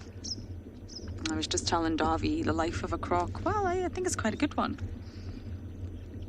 I promise you it's real. I promise you it's alive. It's a very large croc. It's one of the adults. We do have two crocs that we know here, Vlad and Boris. Vlad is a male who's missing the tip of his tail. I'm a poet and I don't even know it. And I will stop rhyming now, I promise, but yes.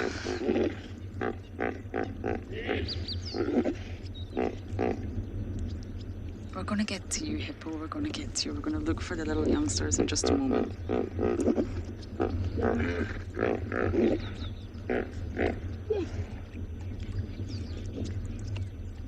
Yes, the hippo enjoyed my rhyming. But back to the crocodile.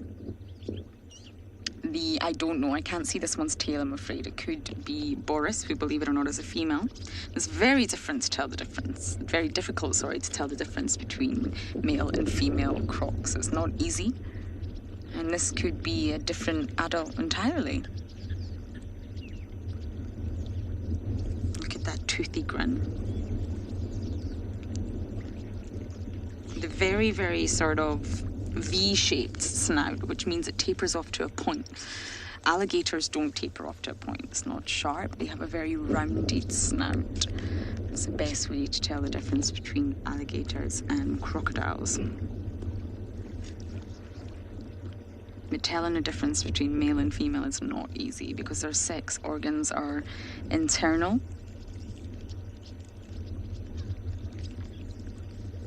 So unless you're really, really doing a close inspection, which I don't recommend, then it's really, really tricky. Taylor, you're wondering if crocodiles and hippos bother one another. We get asked this question a lot because it's fascinating. They share the same habitat, the same ecological system. You have hippos and you have crocodiles. And one would think they would clash. They're living so sympatrically. But really, the crocodiles are carnivores. As I mentioned earlier, they predominantly eat fish. And they will take down an impala or any mammal that maybe comes to the water's edge. And hippos are herbivores. So they really don't have any competition between them. And they're not after the same food source. So straight away, that makes them have the ability to share the same habitat, to share the same resource. Now, there's definitely been records, even in Chitwa Dam, where we are right now, of clashes between them.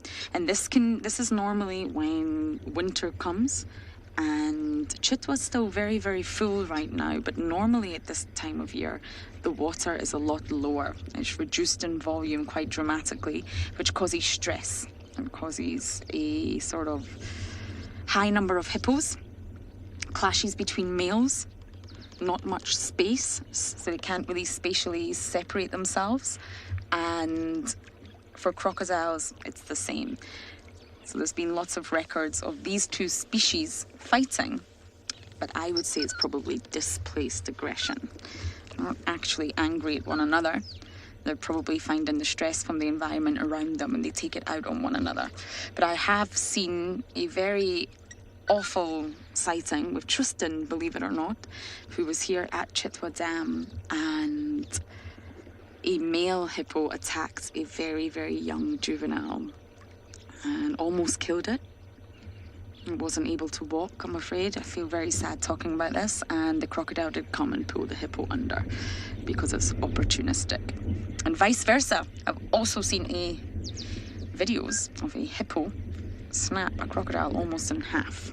So yes, they can clash, but it's not in their best interest to clash whatsoever. They both need this environment, they both need this water hole, so they tend to just live in harmony side by side. But if they were both carnivores, then yes, that would cause a lot more problems for the two species.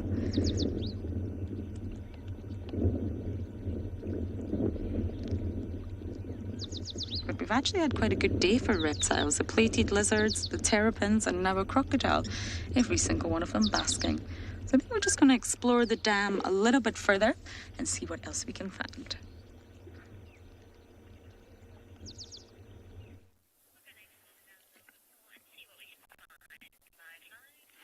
So we were at a waterhole as well, at Leopard Dam, and we heard those hyenas once again making a lot of noise. We've come back to where we found them this morning to see the same members of the clan, about 6 or 7 individuals, still around the same area. Some of them have that one there has a huge belly. That's probably a female, and she might be pregnant. Or just very full. Maybe she's eaten something, or I don't know. They still look very skittish, looking around, and every now and again they dash off in every different direction. Then they slowly come back. We haven't seen anything else, but there were tracks of a female leopard coming into this area, seen a bit earlier this drive, or this afternoon. It's a very tricky, it's a mystery. It's really a mystery as to what's going on here. Beautiful spots on that hyena. Maybe it's a bit of a younger hyena. As they get older, the spots fade. When they're young-ish, the spots are very, very prominent, like this one is. See how it's looking around. It's very, very observant. It stops and listens frequently, looks around. Something's definitely happening in this area, and we're yet to find out what. With all this long grass everywhere around us, it's very difficult. There could be anything hiding in this grass. That leopard could be, if it is in this area, if that's what's causing this trouble, and we wouldn't even know about it.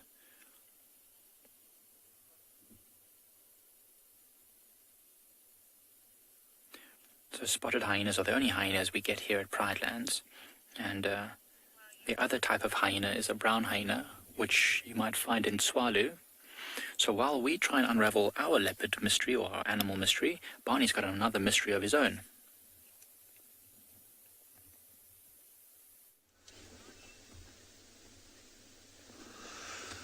Hard work paid off after such a long drive of driving around, going all the way to try and find the lines, only to find that they moved off and back into the land of the Birmingham breakaway, came back central, and to our luck today, the Shitsala, young male and female, are back in the central part of the property, right close to the Timbavati riverbed. It looks like the mother might have left them here. We found the tracks moving away from the area where they are. So the young male is the one on the picture now. The young female just went down slightly to the right towards the drainage line. Beautiful, beautiful young male. Just sitting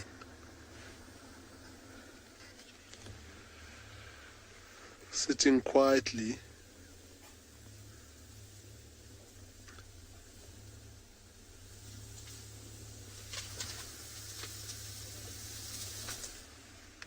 Watching us closely.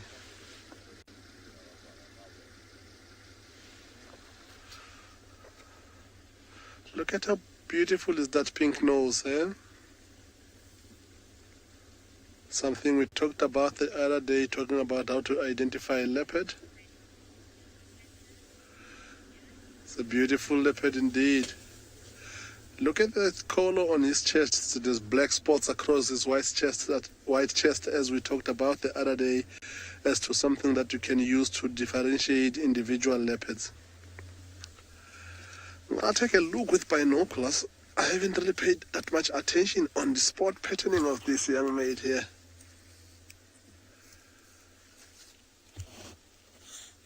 He's got some seriously great genes at about 13, 14 months. Is already big. Yo, if you can zoom in, he's such a beautiful leopard with beautiful.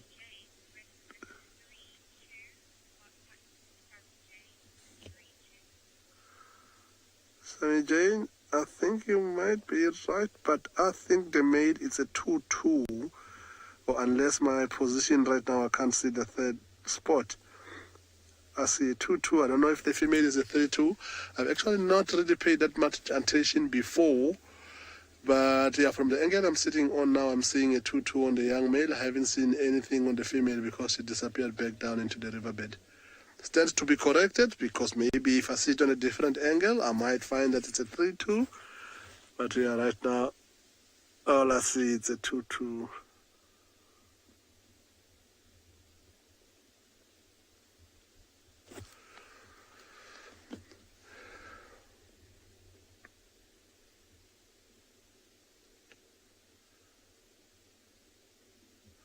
So these cubs, this female, Tswalu female, has kind of history has repeated itself here, right on the bank of the drainage line that they're lying on.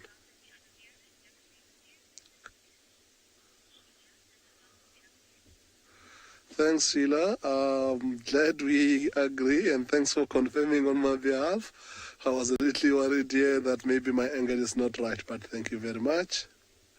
So like I was saying, this female the history has repeated itself because the drainage line that you can see how nice and thick it is around here is the drainage line that the mother has been named after, called the Tswalu drainage line, which is one of the small tributaries that feeds the Timbawati river. And this is where the cubs are lying, right on the bank of...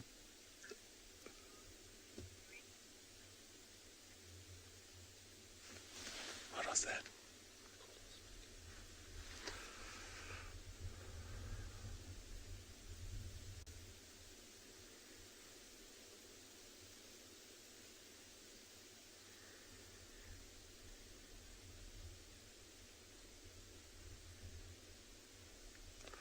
So we're going to stick around with this leopard there a little bit more, as one looks like she's getting a little bit more comfortable. Oh, the young female is coming to play.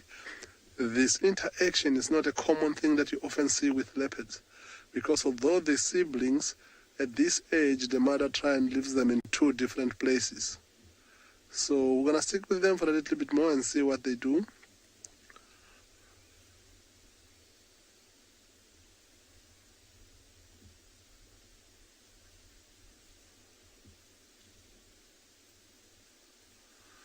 The signal is not the greatest here either, eh? Or at least for my call. I do think that if I park on the other side and face down, we might get a better view if this female doesn't run off. This is good. I think it can be better, but okay.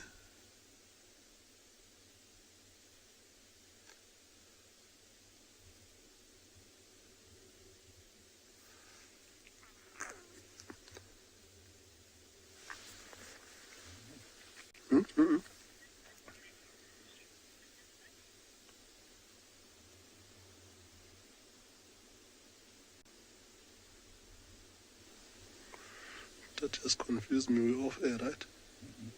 Oh, is it on air?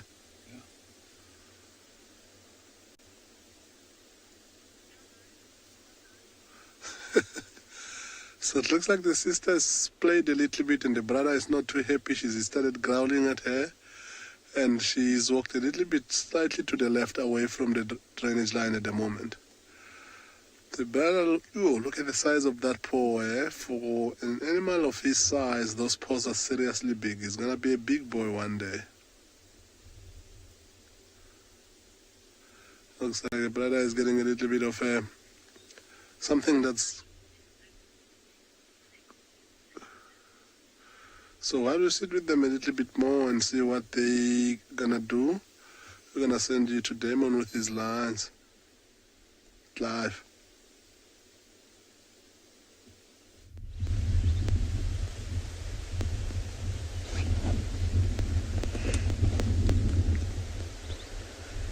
Well, speaking of playful siblings again, we are back with these little lion cubs.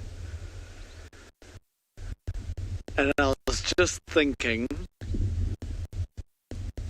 for all you viewers, out of 10, how much do you rate this? Because I think this is a good, solid 10. To watch them up on top of these rocks and just having the best time. Look at this, constantly fighting the mom and biting her and, oh.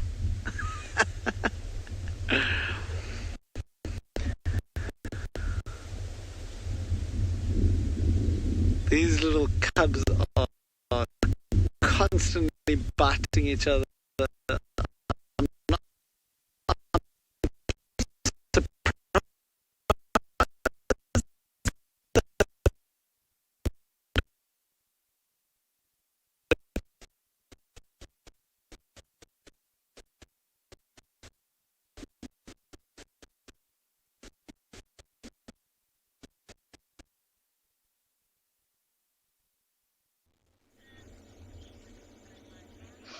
Sorry about that.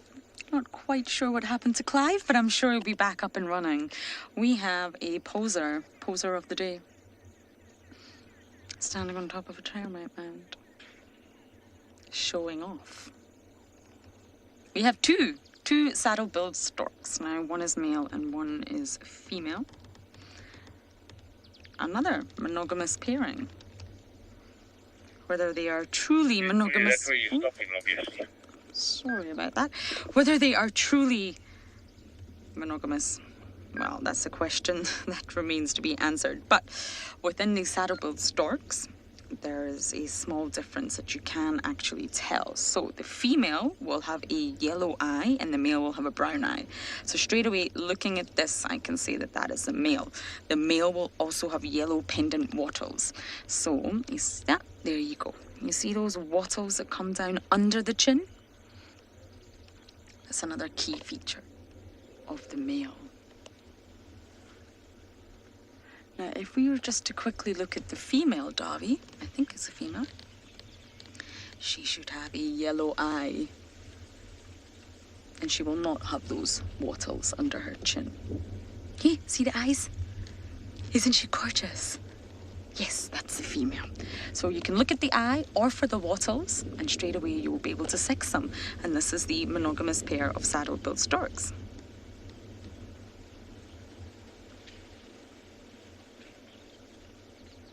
Now, they also love to eat fish. With those long model-like legs, they can wade in the water. And they can stand still for a little while, like typical fishermen, and wait until the fish around them relax and then make their catch with that big beak. But just like the hammercock, they will eat frogs, aquatic insects, reptiles, any sort of smaller organism that lives around a water body.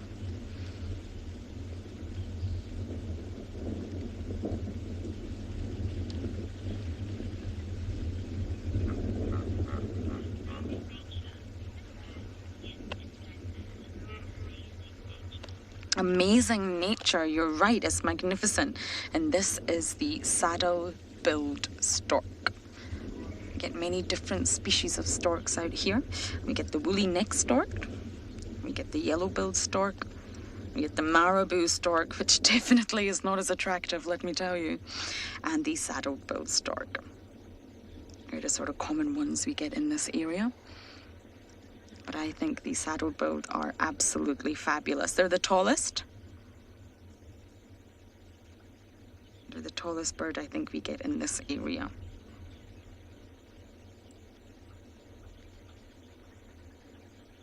They can go to 1.5 meters high, which must be about almost 5 foot. And I'm 5'2". So once they stretch up properly, they could almost be as tall as me.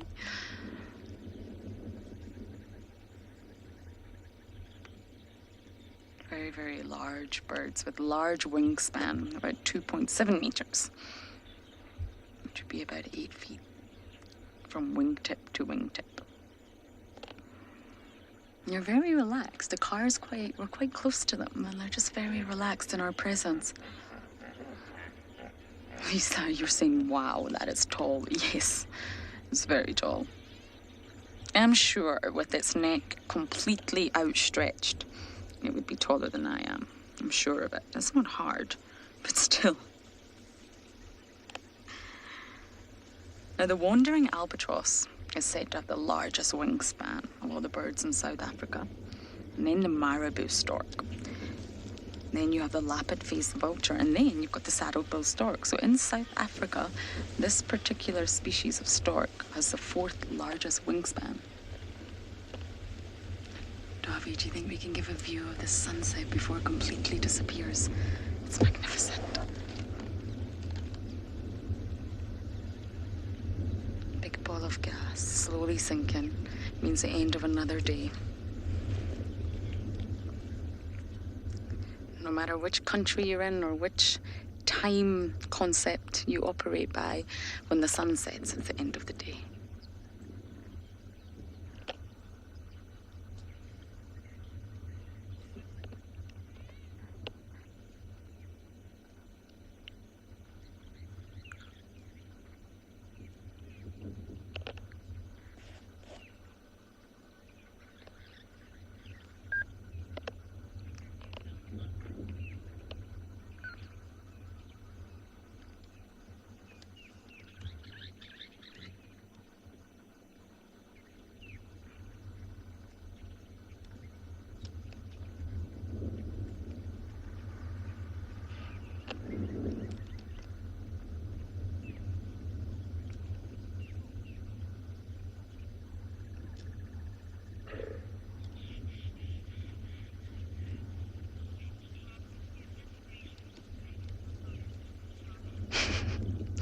Tom, you're saying, goodness gracious, great ball of fire.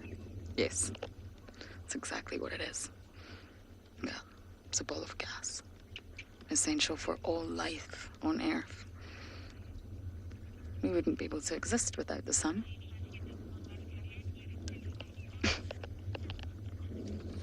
So while I try and get that song out of my head, thank you, Tom, we are going to send you back across to Barney and his leopard.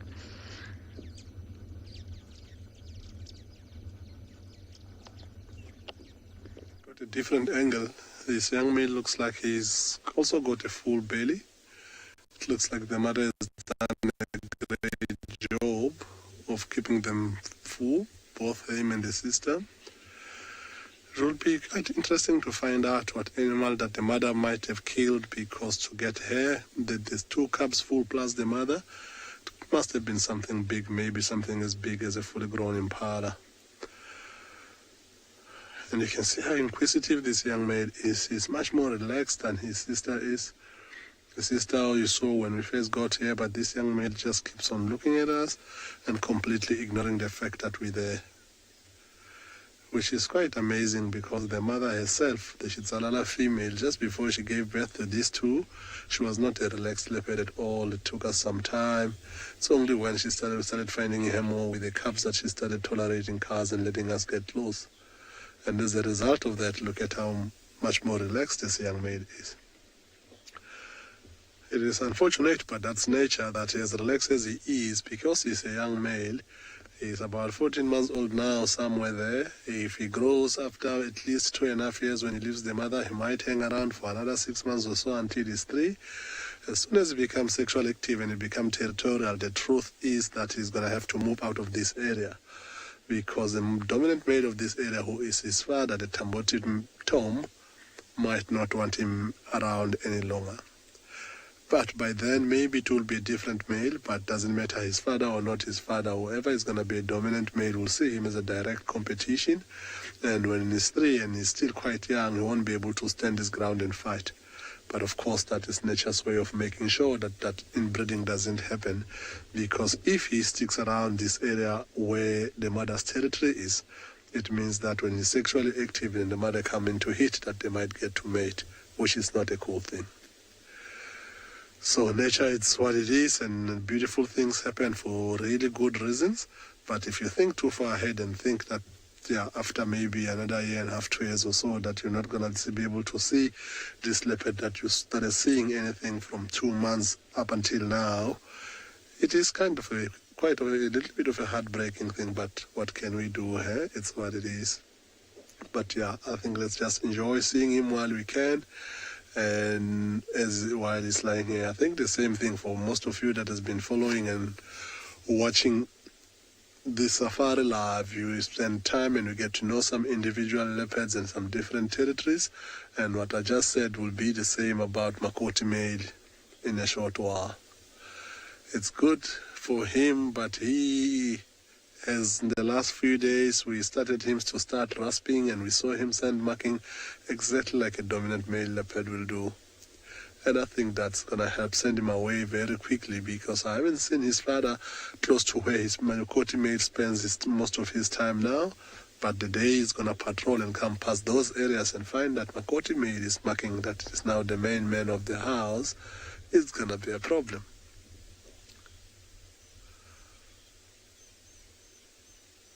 Doesn't look like this guy is wanting to do anything in a hurry. The sister has got a little bit more energy. I think it might also be the fact that she's a little bit shy still with the vehicles, that she keeps on moving away and around. But right now, he doesn't look like he's going to move an inch at all.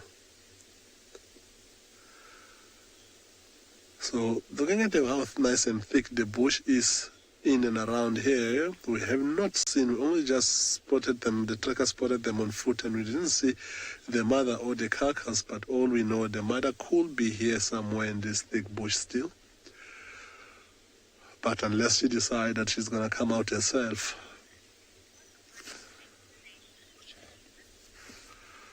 Ooh, thank you very much, Elizabeth. I'm glad you're enjoying this. As I said, that you see how quickly did something moved on the grass or something flew, and how quickly did he pick his head up and look.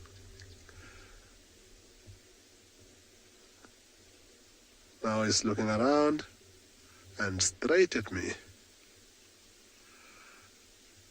As relaxed as he is, but if a leopard... So this is still a young leopard, but I wouldn't want to call him a baby at 13 baby. He's already around 14 months old. He's slowly but surely becoming a sub-adult. If you look at his size, there are some female leopards that are slightly small, so his size of this young male now would be similar to the size of a fully grown female leopard, but a smaller female leopard. There are female leopards that are much bigger than he is, and his mother is one of those. But yeah, so sub-adult will be more appropriate. Look at how doesn't want you to see that. I was going to talk about how long his whiskers were. Where he lifts his head up, you can see the whiskers. There we go. He's giving us a second chance. He's kind of fair to us. Like he gives us one thing and we don't take, and he gives it back again. Did you see how long those whiskers are? Look at how full that belly is looking now that is light flat on the side. It makes me think about how full Rosmel's belly was yesterday afternoon when we saw them after they finished that zebra that they had. I still don't believe they made us walk that far this morning with a full belly. But that's what lions do. They had something else in mind, maybe. See, it's lying flat. It doesn't look like much is going to happen, but you see how the ear is twitching non-stop. Similar thing we talked about yesterday afternoon when we were sitting with the Ngala female, when she was doing absolutely nothing, but the firefly was the only thing that was bothering her that made the ear.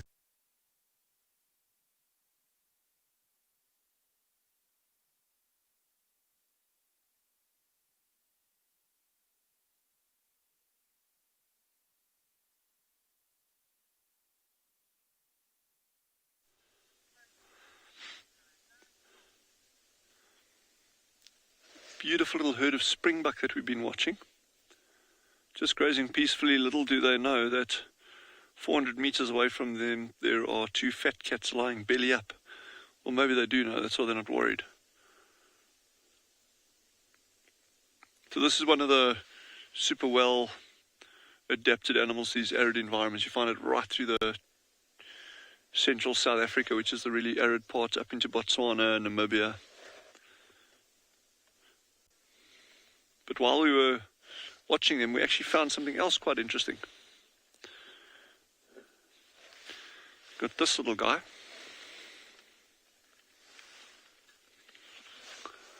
That is a Kalahari tent tortoise. Dead Kalahari tent tortoise. Very much not alive. You can kind of like almost see through him there. But look at the intricacies on that shell.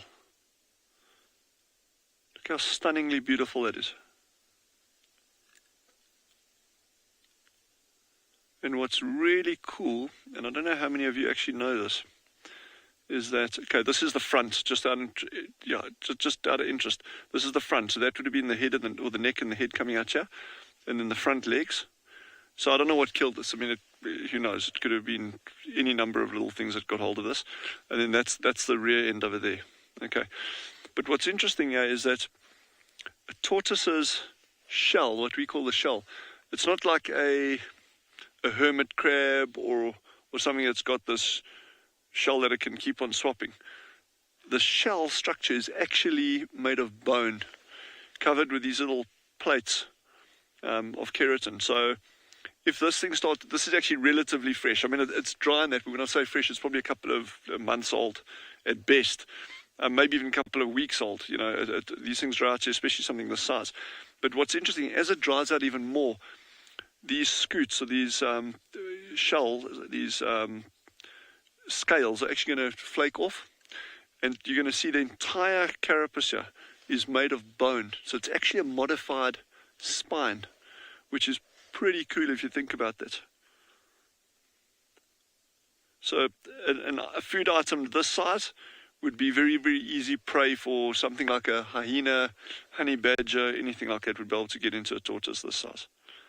But we've only got two species here. You've got the Kalahari 10 tortoise, this one, and then we've got the one that is more commonly seen on a lot of reserves, called a leopard tortoise, one of the small five. But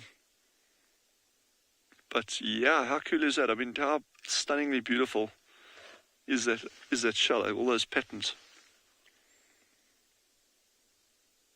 And if it's for camouflage, which we know it is, I mean, you're not going to have that for no reason. But if it's camouflage, well, why is it patterned like that underneath? And I guess when they fight, the males, they'll actually use these this is a little male, by the way. The female's at the back over here. This goes in further, and that's actually designed for laying eggs. So that'll go, that ventral part will go in further, go in like that. So this is a little male. But they'll actually use these ridges over here, and they'll actually try to flick another male onto its back. Sometimes they can recover from that, you know, and actually right themselves and carry on. Other times they won't. But just imagine if you're a little tortoise this size and you're having a fight and you get flicked onto your back and you snow white underneath. Not like the Seven Dwarfs, but but if you are completely white underneath over here and you're lying upside down, any raptor, you know, in the low veld where our colleagues are working, you get these ground hornbills. We don't get them here, but in that area, if you're a little tortoise and you've got no camouflage underneath, and a hornbill sitting somewhere checks out, hey, what's that white thing goes down? You're going to get snaffled like that. So it probably actually pays to have camouflage right around your whole body, not just on one side. But this is a beautiful, beautiful, beautiful example of and just out of interest, this is an adult. So there you get a better idea. Size on the hand. Snaffled, if any of it is eaten. It's been eaten, it's been snaffled. It's not a technical term, if anyone's wondering. But this is an adult 10 tortoise. This is in fact, this is a decent size one. They don't get much bigger than this at all. So that's pretty cool to see. The challenge would be finding one alive. I'm actually blown away that we actually found this one. It was lying right on the, probably 5-6 yards off the edge of the road. So that's interesting. And then I've got something else that I can show you very, very briefly, and I can actually give you a demonstration if you want. I don't know how much time. Okay, you can even come back, chat with us later. So here's a beautiful stone flake that one of our guides picked up today.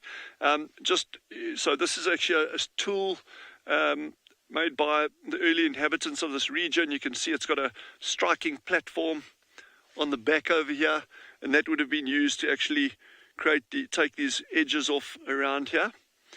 But then what's interesting is then you've got what we call secondary touch-ups all along this edge over here. Okay, and that's very, very distinct, and that would have given it a really good cutting edge. This stone flake is made, it looks almost like marble. It's actually made from a kind of rock, a species of rock called jasperite. Very, very hard, very, very fine-grained, and it makes excellent razor-sharp cutting edges. So, this, but while we're on stone flakes, this is going to get returned to the exact same spot where it was found and located. So that's been GPS. This will go back we cannot remove these and not put them back in terms of, and then it's like building a puzzle and there's a whole lot of pieces gone. So that's very, very important. But it's just too good an opportunity to pass this one up to show you that. That's just a lovely example of a flake. But I want to show you something else, but I don't know how much time we've got. It won't take long because I'll probably mess it up anyway, but it'll be quite fun to show. So, oh, okay, there's a leopard at Ngala, and then we're going to be right back a little bit later.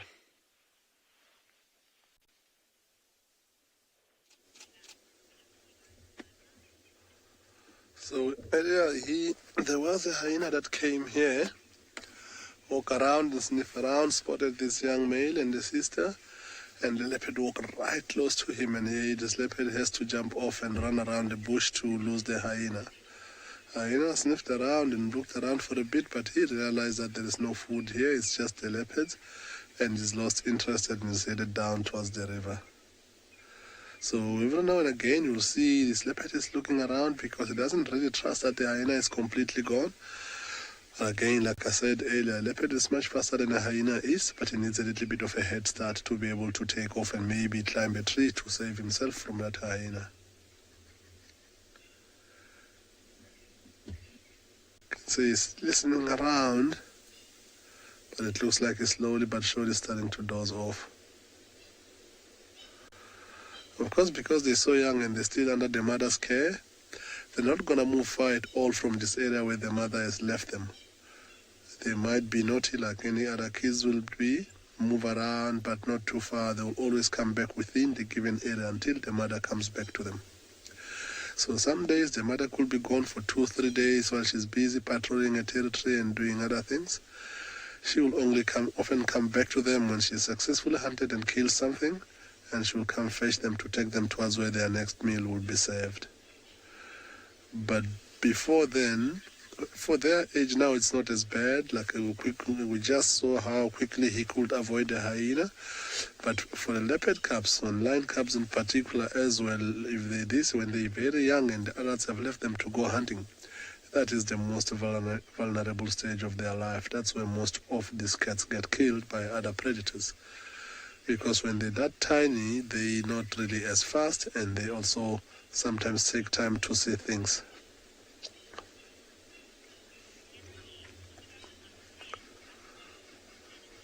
Penelope right now, I think after seeing the hyena go and listening that he's not hearing anything close by, he does look quite relaxed. You should have seen how quickly he reacted when the hyena was coming.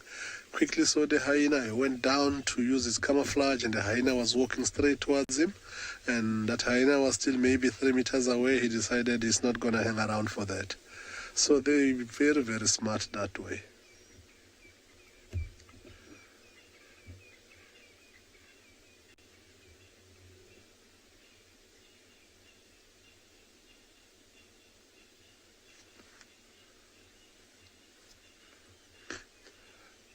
There is not much.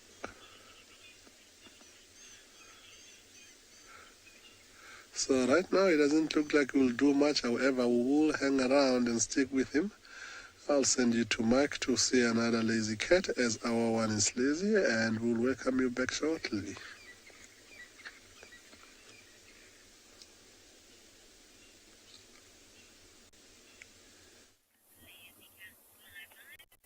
Right, well, we finally solved the hyena mystery from this morning.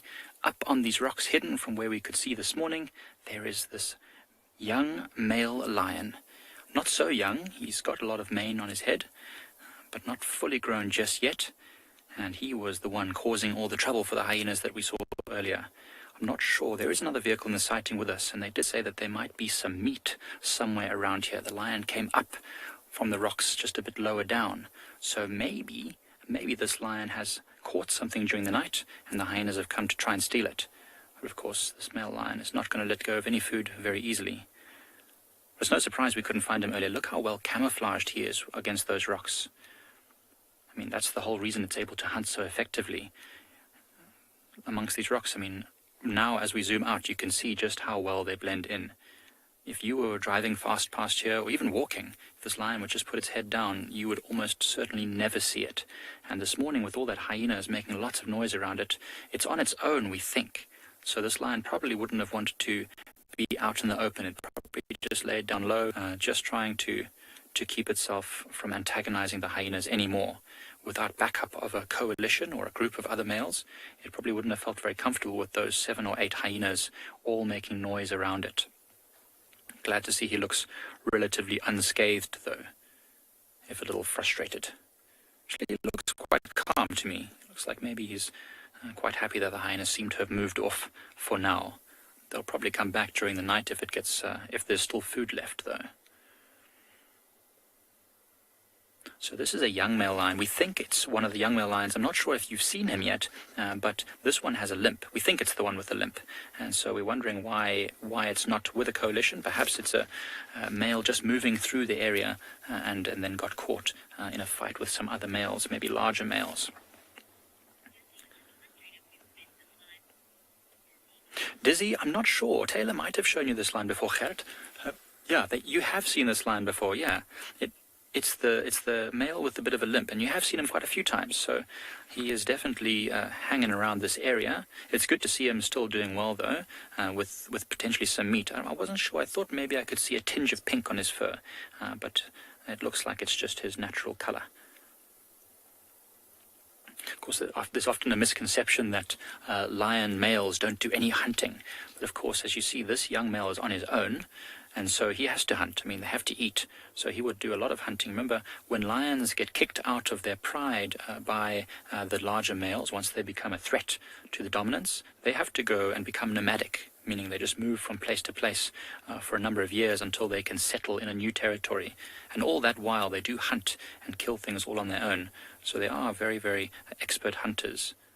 Even though once they've got a pride of their own, they will usually let the females do most of the hunting whilst they patrol their territories, only coming in to steal the food in return for the protective services that they offer.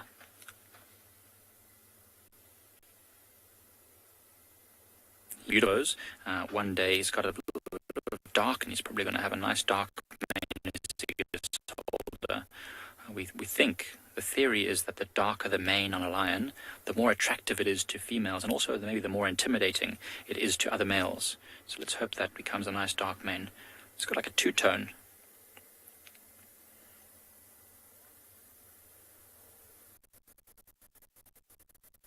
Around this area a bit longer. There were other lions that pride lands just a bit earlier today, but they just skirted the edge of our reserve and then carried on north out of our boundary. You all think he's very handsome. Yes, he is. He's an absolutely gorgeous lion. I'm sure he's going to become even more handsome as he grows into himself and his mane gets larger and he becomes more impressive. As he heals himself up and hopefully loses that limp and becomes quite a formidable predator on his own.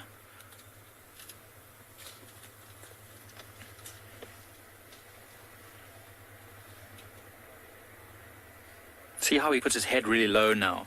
And he might have been doing this earlier today when we were here, and his mane just looks like a little bit of grass, a little tuft of grass blowing in the wind, and that obviously is what helps his camouflage as well.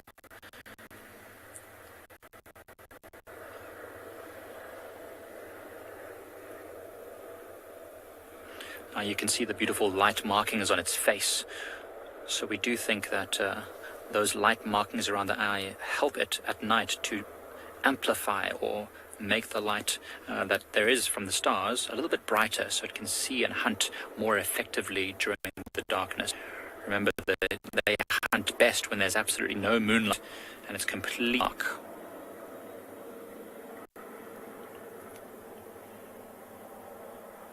I wonder if there is more meat. It would be great to know if it's going to stick around, although there's not much water around this area, so often we find that lions, after they've eaten, have to come down and drink. And so hopefully it'll come down and drink at Leopard Dam, and we might find him actually sleeping at Leopard Dam a bit later today. Some hyenas are coming back into the area just behind where we are. Hopefully they don't hassle this male lion too much. He seems quite alert. You see, his eyes are not closed anymore. He's definitely aware of things around him.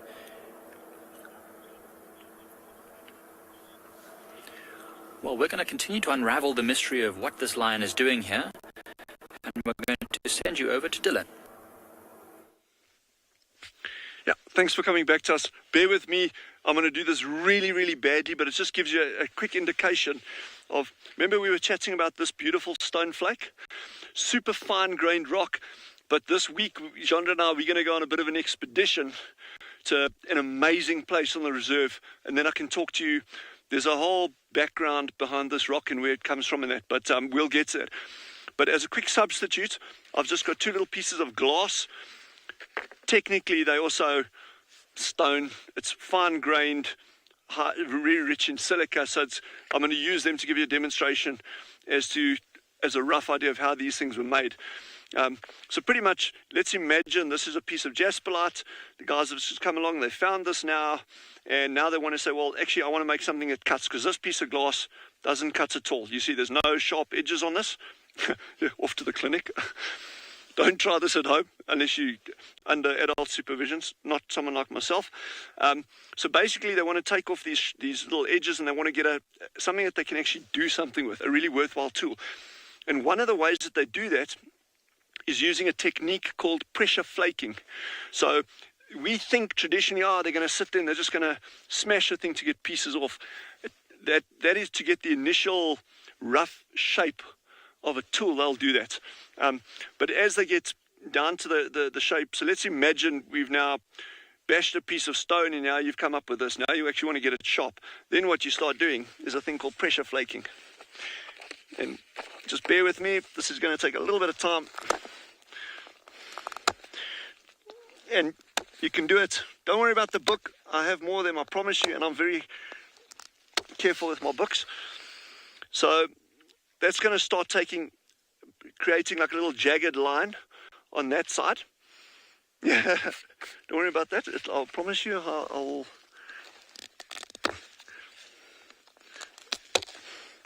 okay, I will show you what the end result here is, but it's just going to take a little bit of time.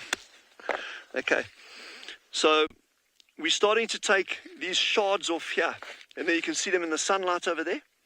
Okay, so by doing that, it's going to create a line all along the back over here, like an indented part, and then that'll be turned over, and then you start from the opposite side, and that'll start giving you this crazily sharp, jagged edge like that over time. But if you got some patience, what I'll do is the only reason I did this in a rush now was because someone dropped this one off for me. But I'm going to get ideal pieces, and I'll do a really nice demonstration of what can actually be achieved using this. But it's actually quite fun. If you like that, really you're that desperate to make your own homemade cooking utensils. Yeah. Thank you, Francesca. Francesca is saying this is great. As an archaeologist, she approves. Thank you. Just give me a little bit of time. I would not have been the person that you would have been wanted to be stuck with it out if you were an early hominid in these areas. You would probably be like, I think we're going to go extinct if he was in charge. Judging by the way this is going. Yeah. So this edge is now getting to a point over here where I would actually be a little bit more cautious of running my hand over it too quickly. And on these things as well, they actually would use, okay, there you're starting to get that really nice sharp edge. Sorry, Jean, this is like really tough to see this. You're starting to get a really nice sharp edge, and you got all these little flakes that have come off over there. So, and you can see how that shape is now how it's taking shape along there. So you just keep working alternate sides of this, and you're eventually going to end up with something that looks vaguely like that. Not if I'm doing it. If someone that actually knows what they're doing would be doing it, you'd end up with something that looks like that. But as I say, just keep chipping away at it, and you'll probably get there. But I'm gonna continue if you guys are keen, and feel free to go look at other like leopards and things if you want to.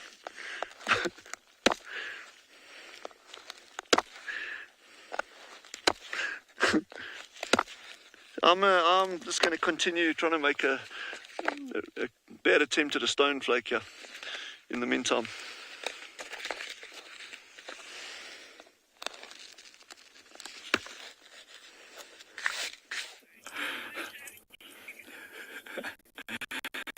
like Dylan's having the best time. Yeah, I'm glad.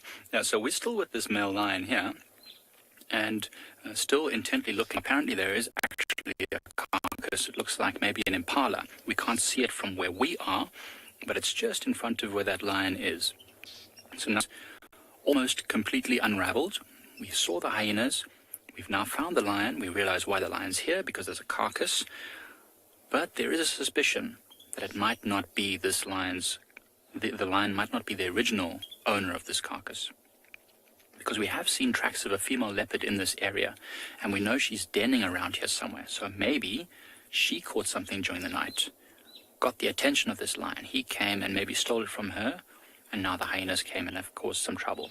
This is all speculation, but of course it's always interesting to try and unravel these mysteries. But mostly it's solved. I mean, it's amazing to see that this lion is here, and he's got meat. So he's well on his way to recovering from that limp. Hopefully it doesn't last too much longer. Hopefully he'll be back and 100% fixed. It's great to see, though. It's great to see lions back on Pride lands, so aptly named. We were discussing this morning of calling it clan lands because of all the hyenas, but Pride lands is back. It definitely doesn't have the same ring, clan lands. Pride lands is much better, so let's keep it that way. This lion has, I think, a brother, or maybe not a brother, but another lion similar to it, which is also around this area. And there's a lioness, a young lioness, who's also been spotted around here quite a few times. So who knows? Maybe these lions will end up forming a pride of sorts and become the dominant lions in this part of Pride lands. That would be really, really, really fantastic. I just love how their eyes start to dilate. The pupils start to get bigger as it gets darker, and they try and get more light into their eyes. Oh, something's caught its attention. What are you seeing? You can really tell lions, well, all the cats have really expressive faces too. You can really tell when they're interested. Their ears push forward. They sort of lean their head forward, and sometimes even, it's quite cute, they almost pucker their mouth and their whiskers come right forward as well, trying to catch any movement of air and any scent. It's looking towards where the carcass is. I wonder if there's not something moving towards the carcass, maybe a hyena. We can't see it from here. There's a lot of trees blocking our view and lots of rocks. I'm sure if it was a hyena, it would not allow it to get too close. So what we're going to do, whilst we wait a little bit longer with this lion, we're going to send you back over to Barney, who's got another big cat.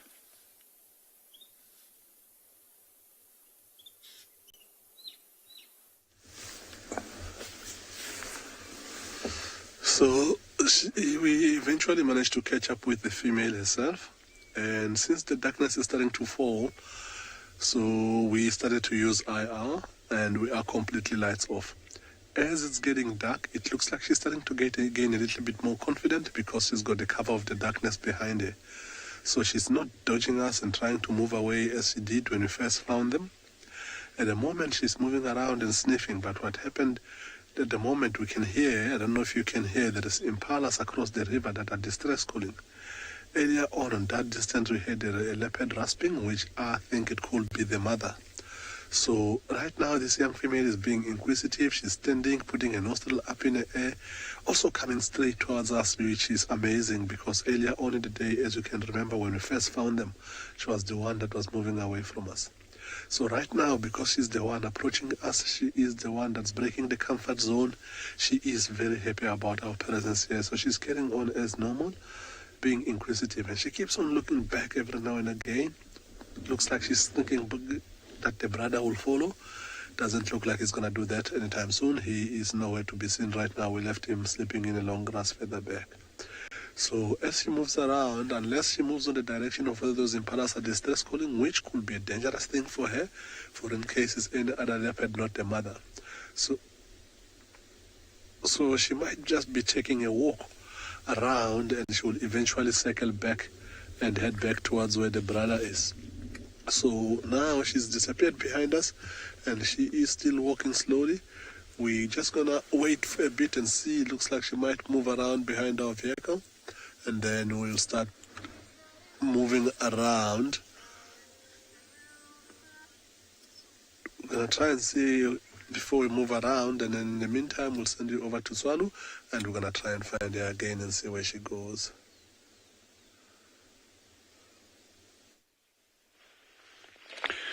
So we actually got that little flake. There's like a little red John face there. Some of you may know the reference that. Don't worry, I'm surviving. But I just wanted to show you that you can actually get that.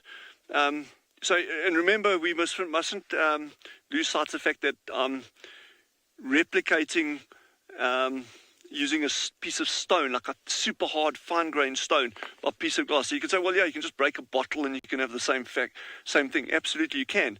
But when you start getting down into these super refined stone flakes, you can make beautiful arrowheads. And just out of interest, arrowheads that are those magnificently worked, because there is no other term for it, they are absolute works of art.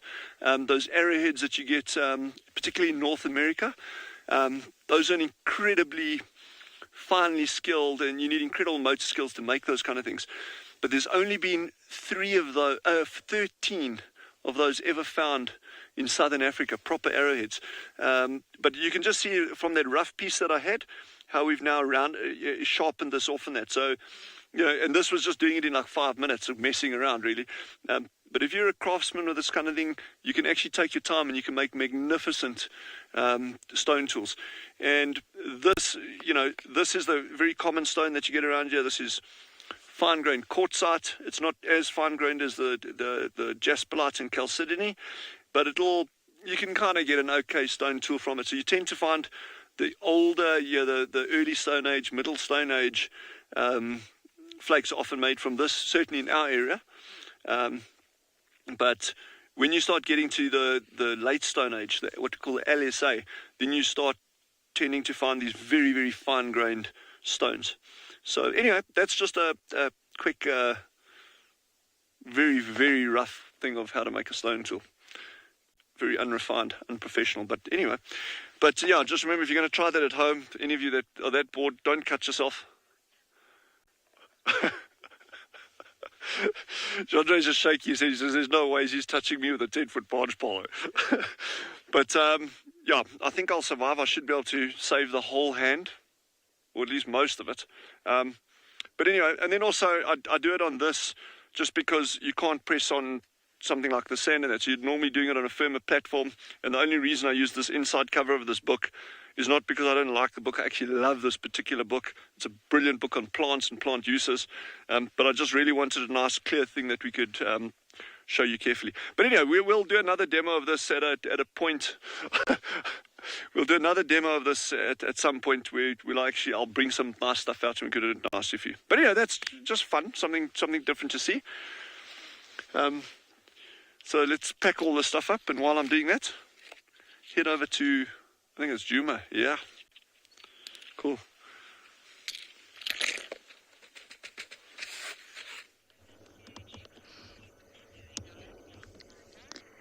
We're actually admiring the moon. I've not had any time in this busy afternoon to admire it. 97% according to my wonderful trusty app.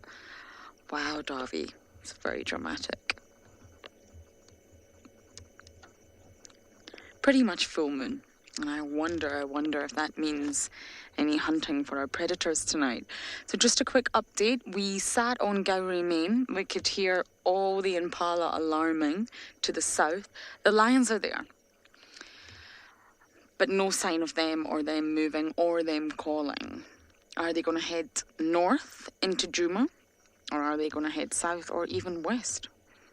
Or even east?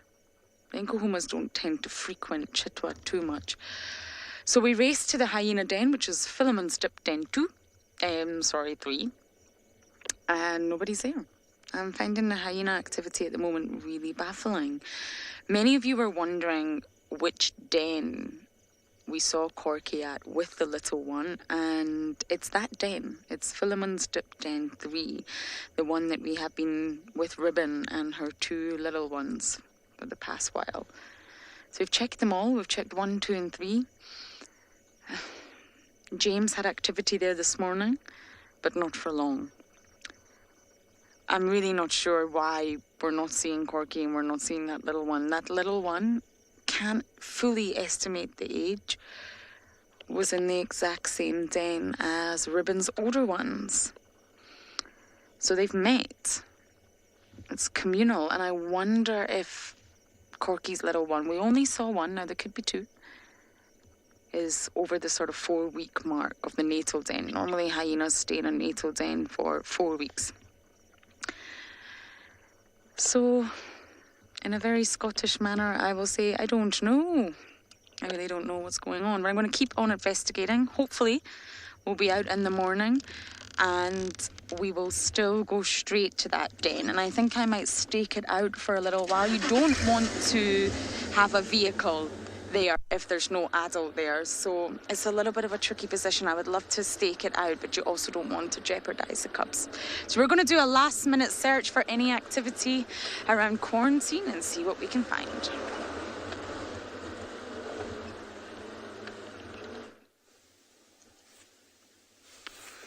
So the sister carried on moving for a while, and now she's lying down and busy grooming herself. But she's done a complete 360 to look back and face where she came from, possibly hoping that the brother is going to follow. So since she's not seeing the brother following, it looks like she's just hoping that maybe he's going to start coming. So she's been sitting down for quite a bit, doing what cats do most when they've got nothing else to do when they're not moving, which is grooming herself. Look at how she's looking straight at us, like her smile looks like something behind us that caught her attention. And she gives up. She's quite a beautiful leopard. So earlier we were talking about the spot patterning on the brother. She also got on the right hand side, I think it's a 2. I'm not so sure about the left eye. It wasn't easy for me to see earlier, but I think I might be able to see that here. I think she's also a 2-2. See, it's clearly on the right. It's quite clear on the right. It's just a 2. The left was a little bit tricky. Fortunately, they are a male and a female. Imagine if they were the same sex and with the same spot patterning, how difficult it will be to differentiate which one is which when they start going their separate ways. She's just taking a little walk behind the bushes. We're going to sit here. We can be able to see either side of that bush if she comes out. So I know we don't have view for now, but if we wait a little bit, we might be able to catch her just now. Oh, go down. She's moving there. Left. Go left. Left. Beauty. Cool, thank you very much for that.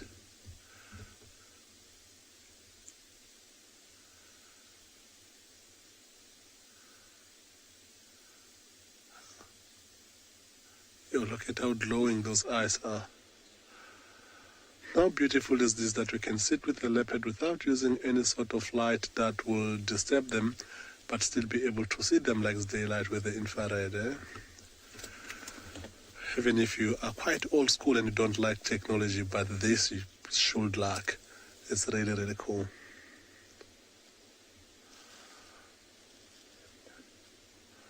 Looks like she's gone, disappeared behind the bushes. We will drive around. We might not be able to find her again because the bush is looking a little bit thick where she just went. We're going to try and see if we can... Nancy, they were born, I think they are between 14 and 15 months old already. So they were born 2019, I think, around April. And now, I think, between 14 and 15 months old they will be at the moment.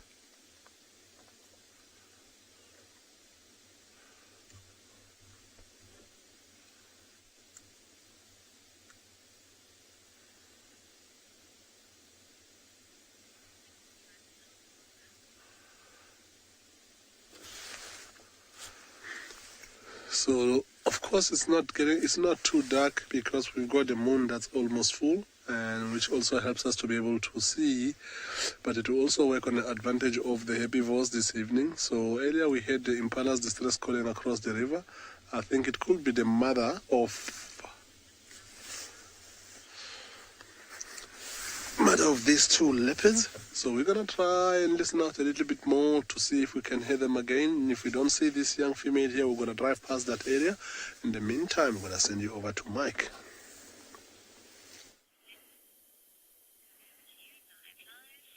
So we've left that male lion. It's getting quite dark there, and he's moved down a bit further into the rocks, so we couldn't really get a good view of him, but I'm sure he's going to be there for the night. And what we found now is a Varro's eagle owl. That's pretty awesome. It's not often that you get to see these beautiful owls. He's very far away from us. We've gone to full zoom here, and you can just see the silhouette, but it's wonderful. It's raised up its ear tufts. They're not really ears. It's just a way for the owl to try and break its outline a bit more, so that it can stay hidden on that branch there. Although I don't think it's going to be hiding from anything. It's standing up on a dead tree at the very top of the branches, but it's just turning its head slowly, slowly. It is the very largest of all the owls, and it's looking for food. You know, what's really interesting, most owls actually use their hearing more than their eyesight to spot and catch prey. So what it's doing right now, turning its head very slowly, listening for any rustles in the bushes. And if it can see it, obviously it'll use its amazing eyesight. But mostly they just hear something, and then they swoop down on silent wings and catch these little rodents as they scurry around. Now, this Varro's eagle owl can catch large things, even up to the size of scrub hares. You see it just moving its head, almost like a cat, actually. Cindy Lee, you think this is one of your favorite birds?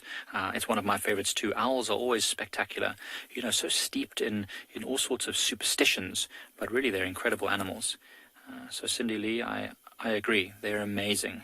Some of my very, very favorites also. And this is the very largest one. It's the Varro's eagle owl, also known as the giant eagle owl.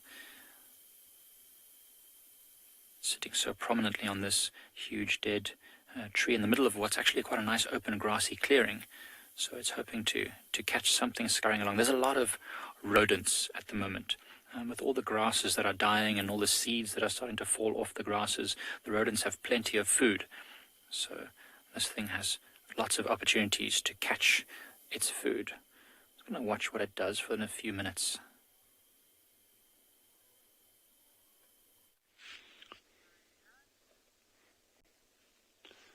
So, yeah, we actually popped up here hoping for some giraffe that had been down just to the south of us early this morning when we were at the meerkats, and then they were moving north in this direction. So we were actually hoping that we would have got giraffe at sunset as a dusky sunbird. But I'll just settle for a good African sunset any day.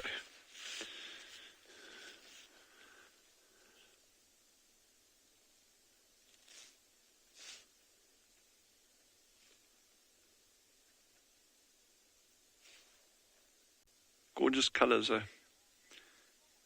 Yeah. Yeah, I'm always in love with that horizon, eh? It's like endless, and it's flat. It's like a billiard board.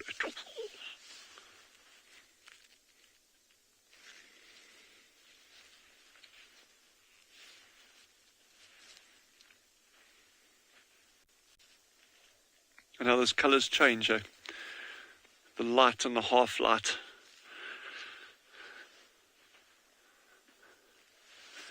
Heaven's embroidered clothes. That's what it is.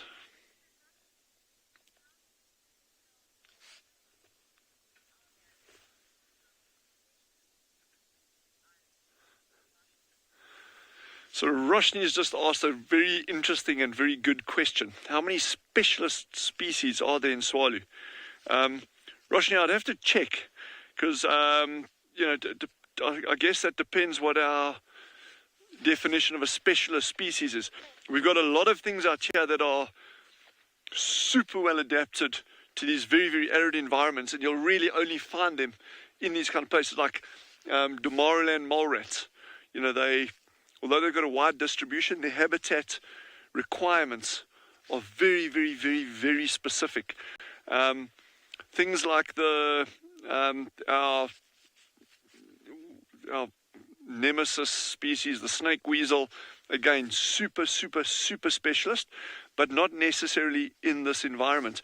But if you're looking at the Kalahari specifically, then it becomes really interesting, because you got things like our solifuges, which are what we call sun spiders. Some people know them as red Romans, and the name spider is actually a bit of a misnomer. They're not spiders at all. They're solifuges, but we've got ones here that are covered, like densely covered in hair, or bristles rather, and it looks like a little mobile brush when you see the thing for the first time. Now that adaptation is incredibly important for actually enabling that thing to race over these dunes chasing prey, but then also burying itself under the sand. So there's so many, in terms of specialist species, there's just such a wide diversity in terms of what this habitat is. Sociable weavers, another very good example of a very specialist species in these environments, making these massive nest structures to combat thermal changes. So great question, lots. But I'll definitely have a look at, in terms of if I can give you some more specifics on that. Good, very good question.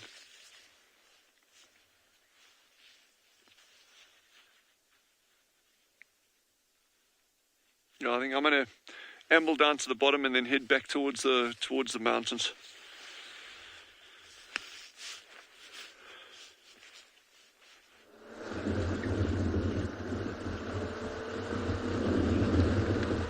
Well, our sun has long set. We're now very much plunged into darkness. Although we have got plenty of light from the moon, ambient light, so we're doing our last scope around quarantine.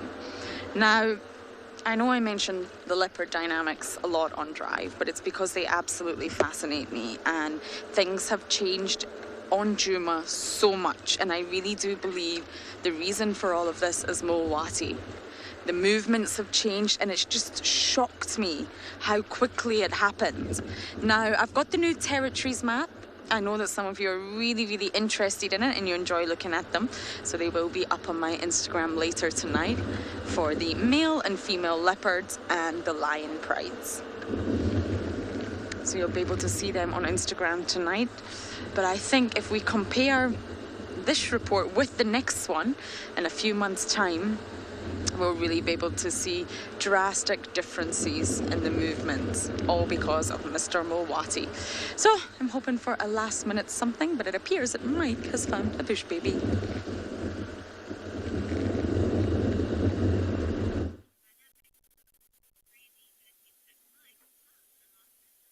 So we have found a last minute something. There's a little bush baby, a lesser galago, that we just found as we were driving up this rocky area, sitting in a knobthorn above at the moment, but undoubtedly about to head out and look for something tasty to remember. Bush babies are nocturnal, coming out at night, so this little one will be looking for sap and tree sap, basically. Not many insects around, so what it'll do is it'll find a tree that likes the sap, like the one, chew a small hole, and then eat the sap. I don't want to shine the light directly on it, because if it needs to jump, it needs to be able to see where it's going. So I'm just shining this light just below it, so that we can just see it in the side wash. Or it's having a bath, a shower before going out. Maybe it's got a hot date. Who knows? So they spend the whole day curled up in a hole in a tree, so it needs to clean itself up after being in bed the whole day. It's awesome to see them. We don't get to see them often, especially not close enough to the road to actually film. So that's super, super great. Look at that long tail that's curling around the branch. It actually uses that for balance. So when they jump from tree to tree, they can use that to balance themselves so they don't fall over. And if it looks, oh, there it goes, moving up a little bit. Watch how its head moves, constantly judging the distances, bobbing back and forth, trying to see where it needs to jump. Now, if it moves somewhere where we can see it a little bit more, you'll see it's got long, long legs, which are perfect for pushing, long back legs, pushing out on these.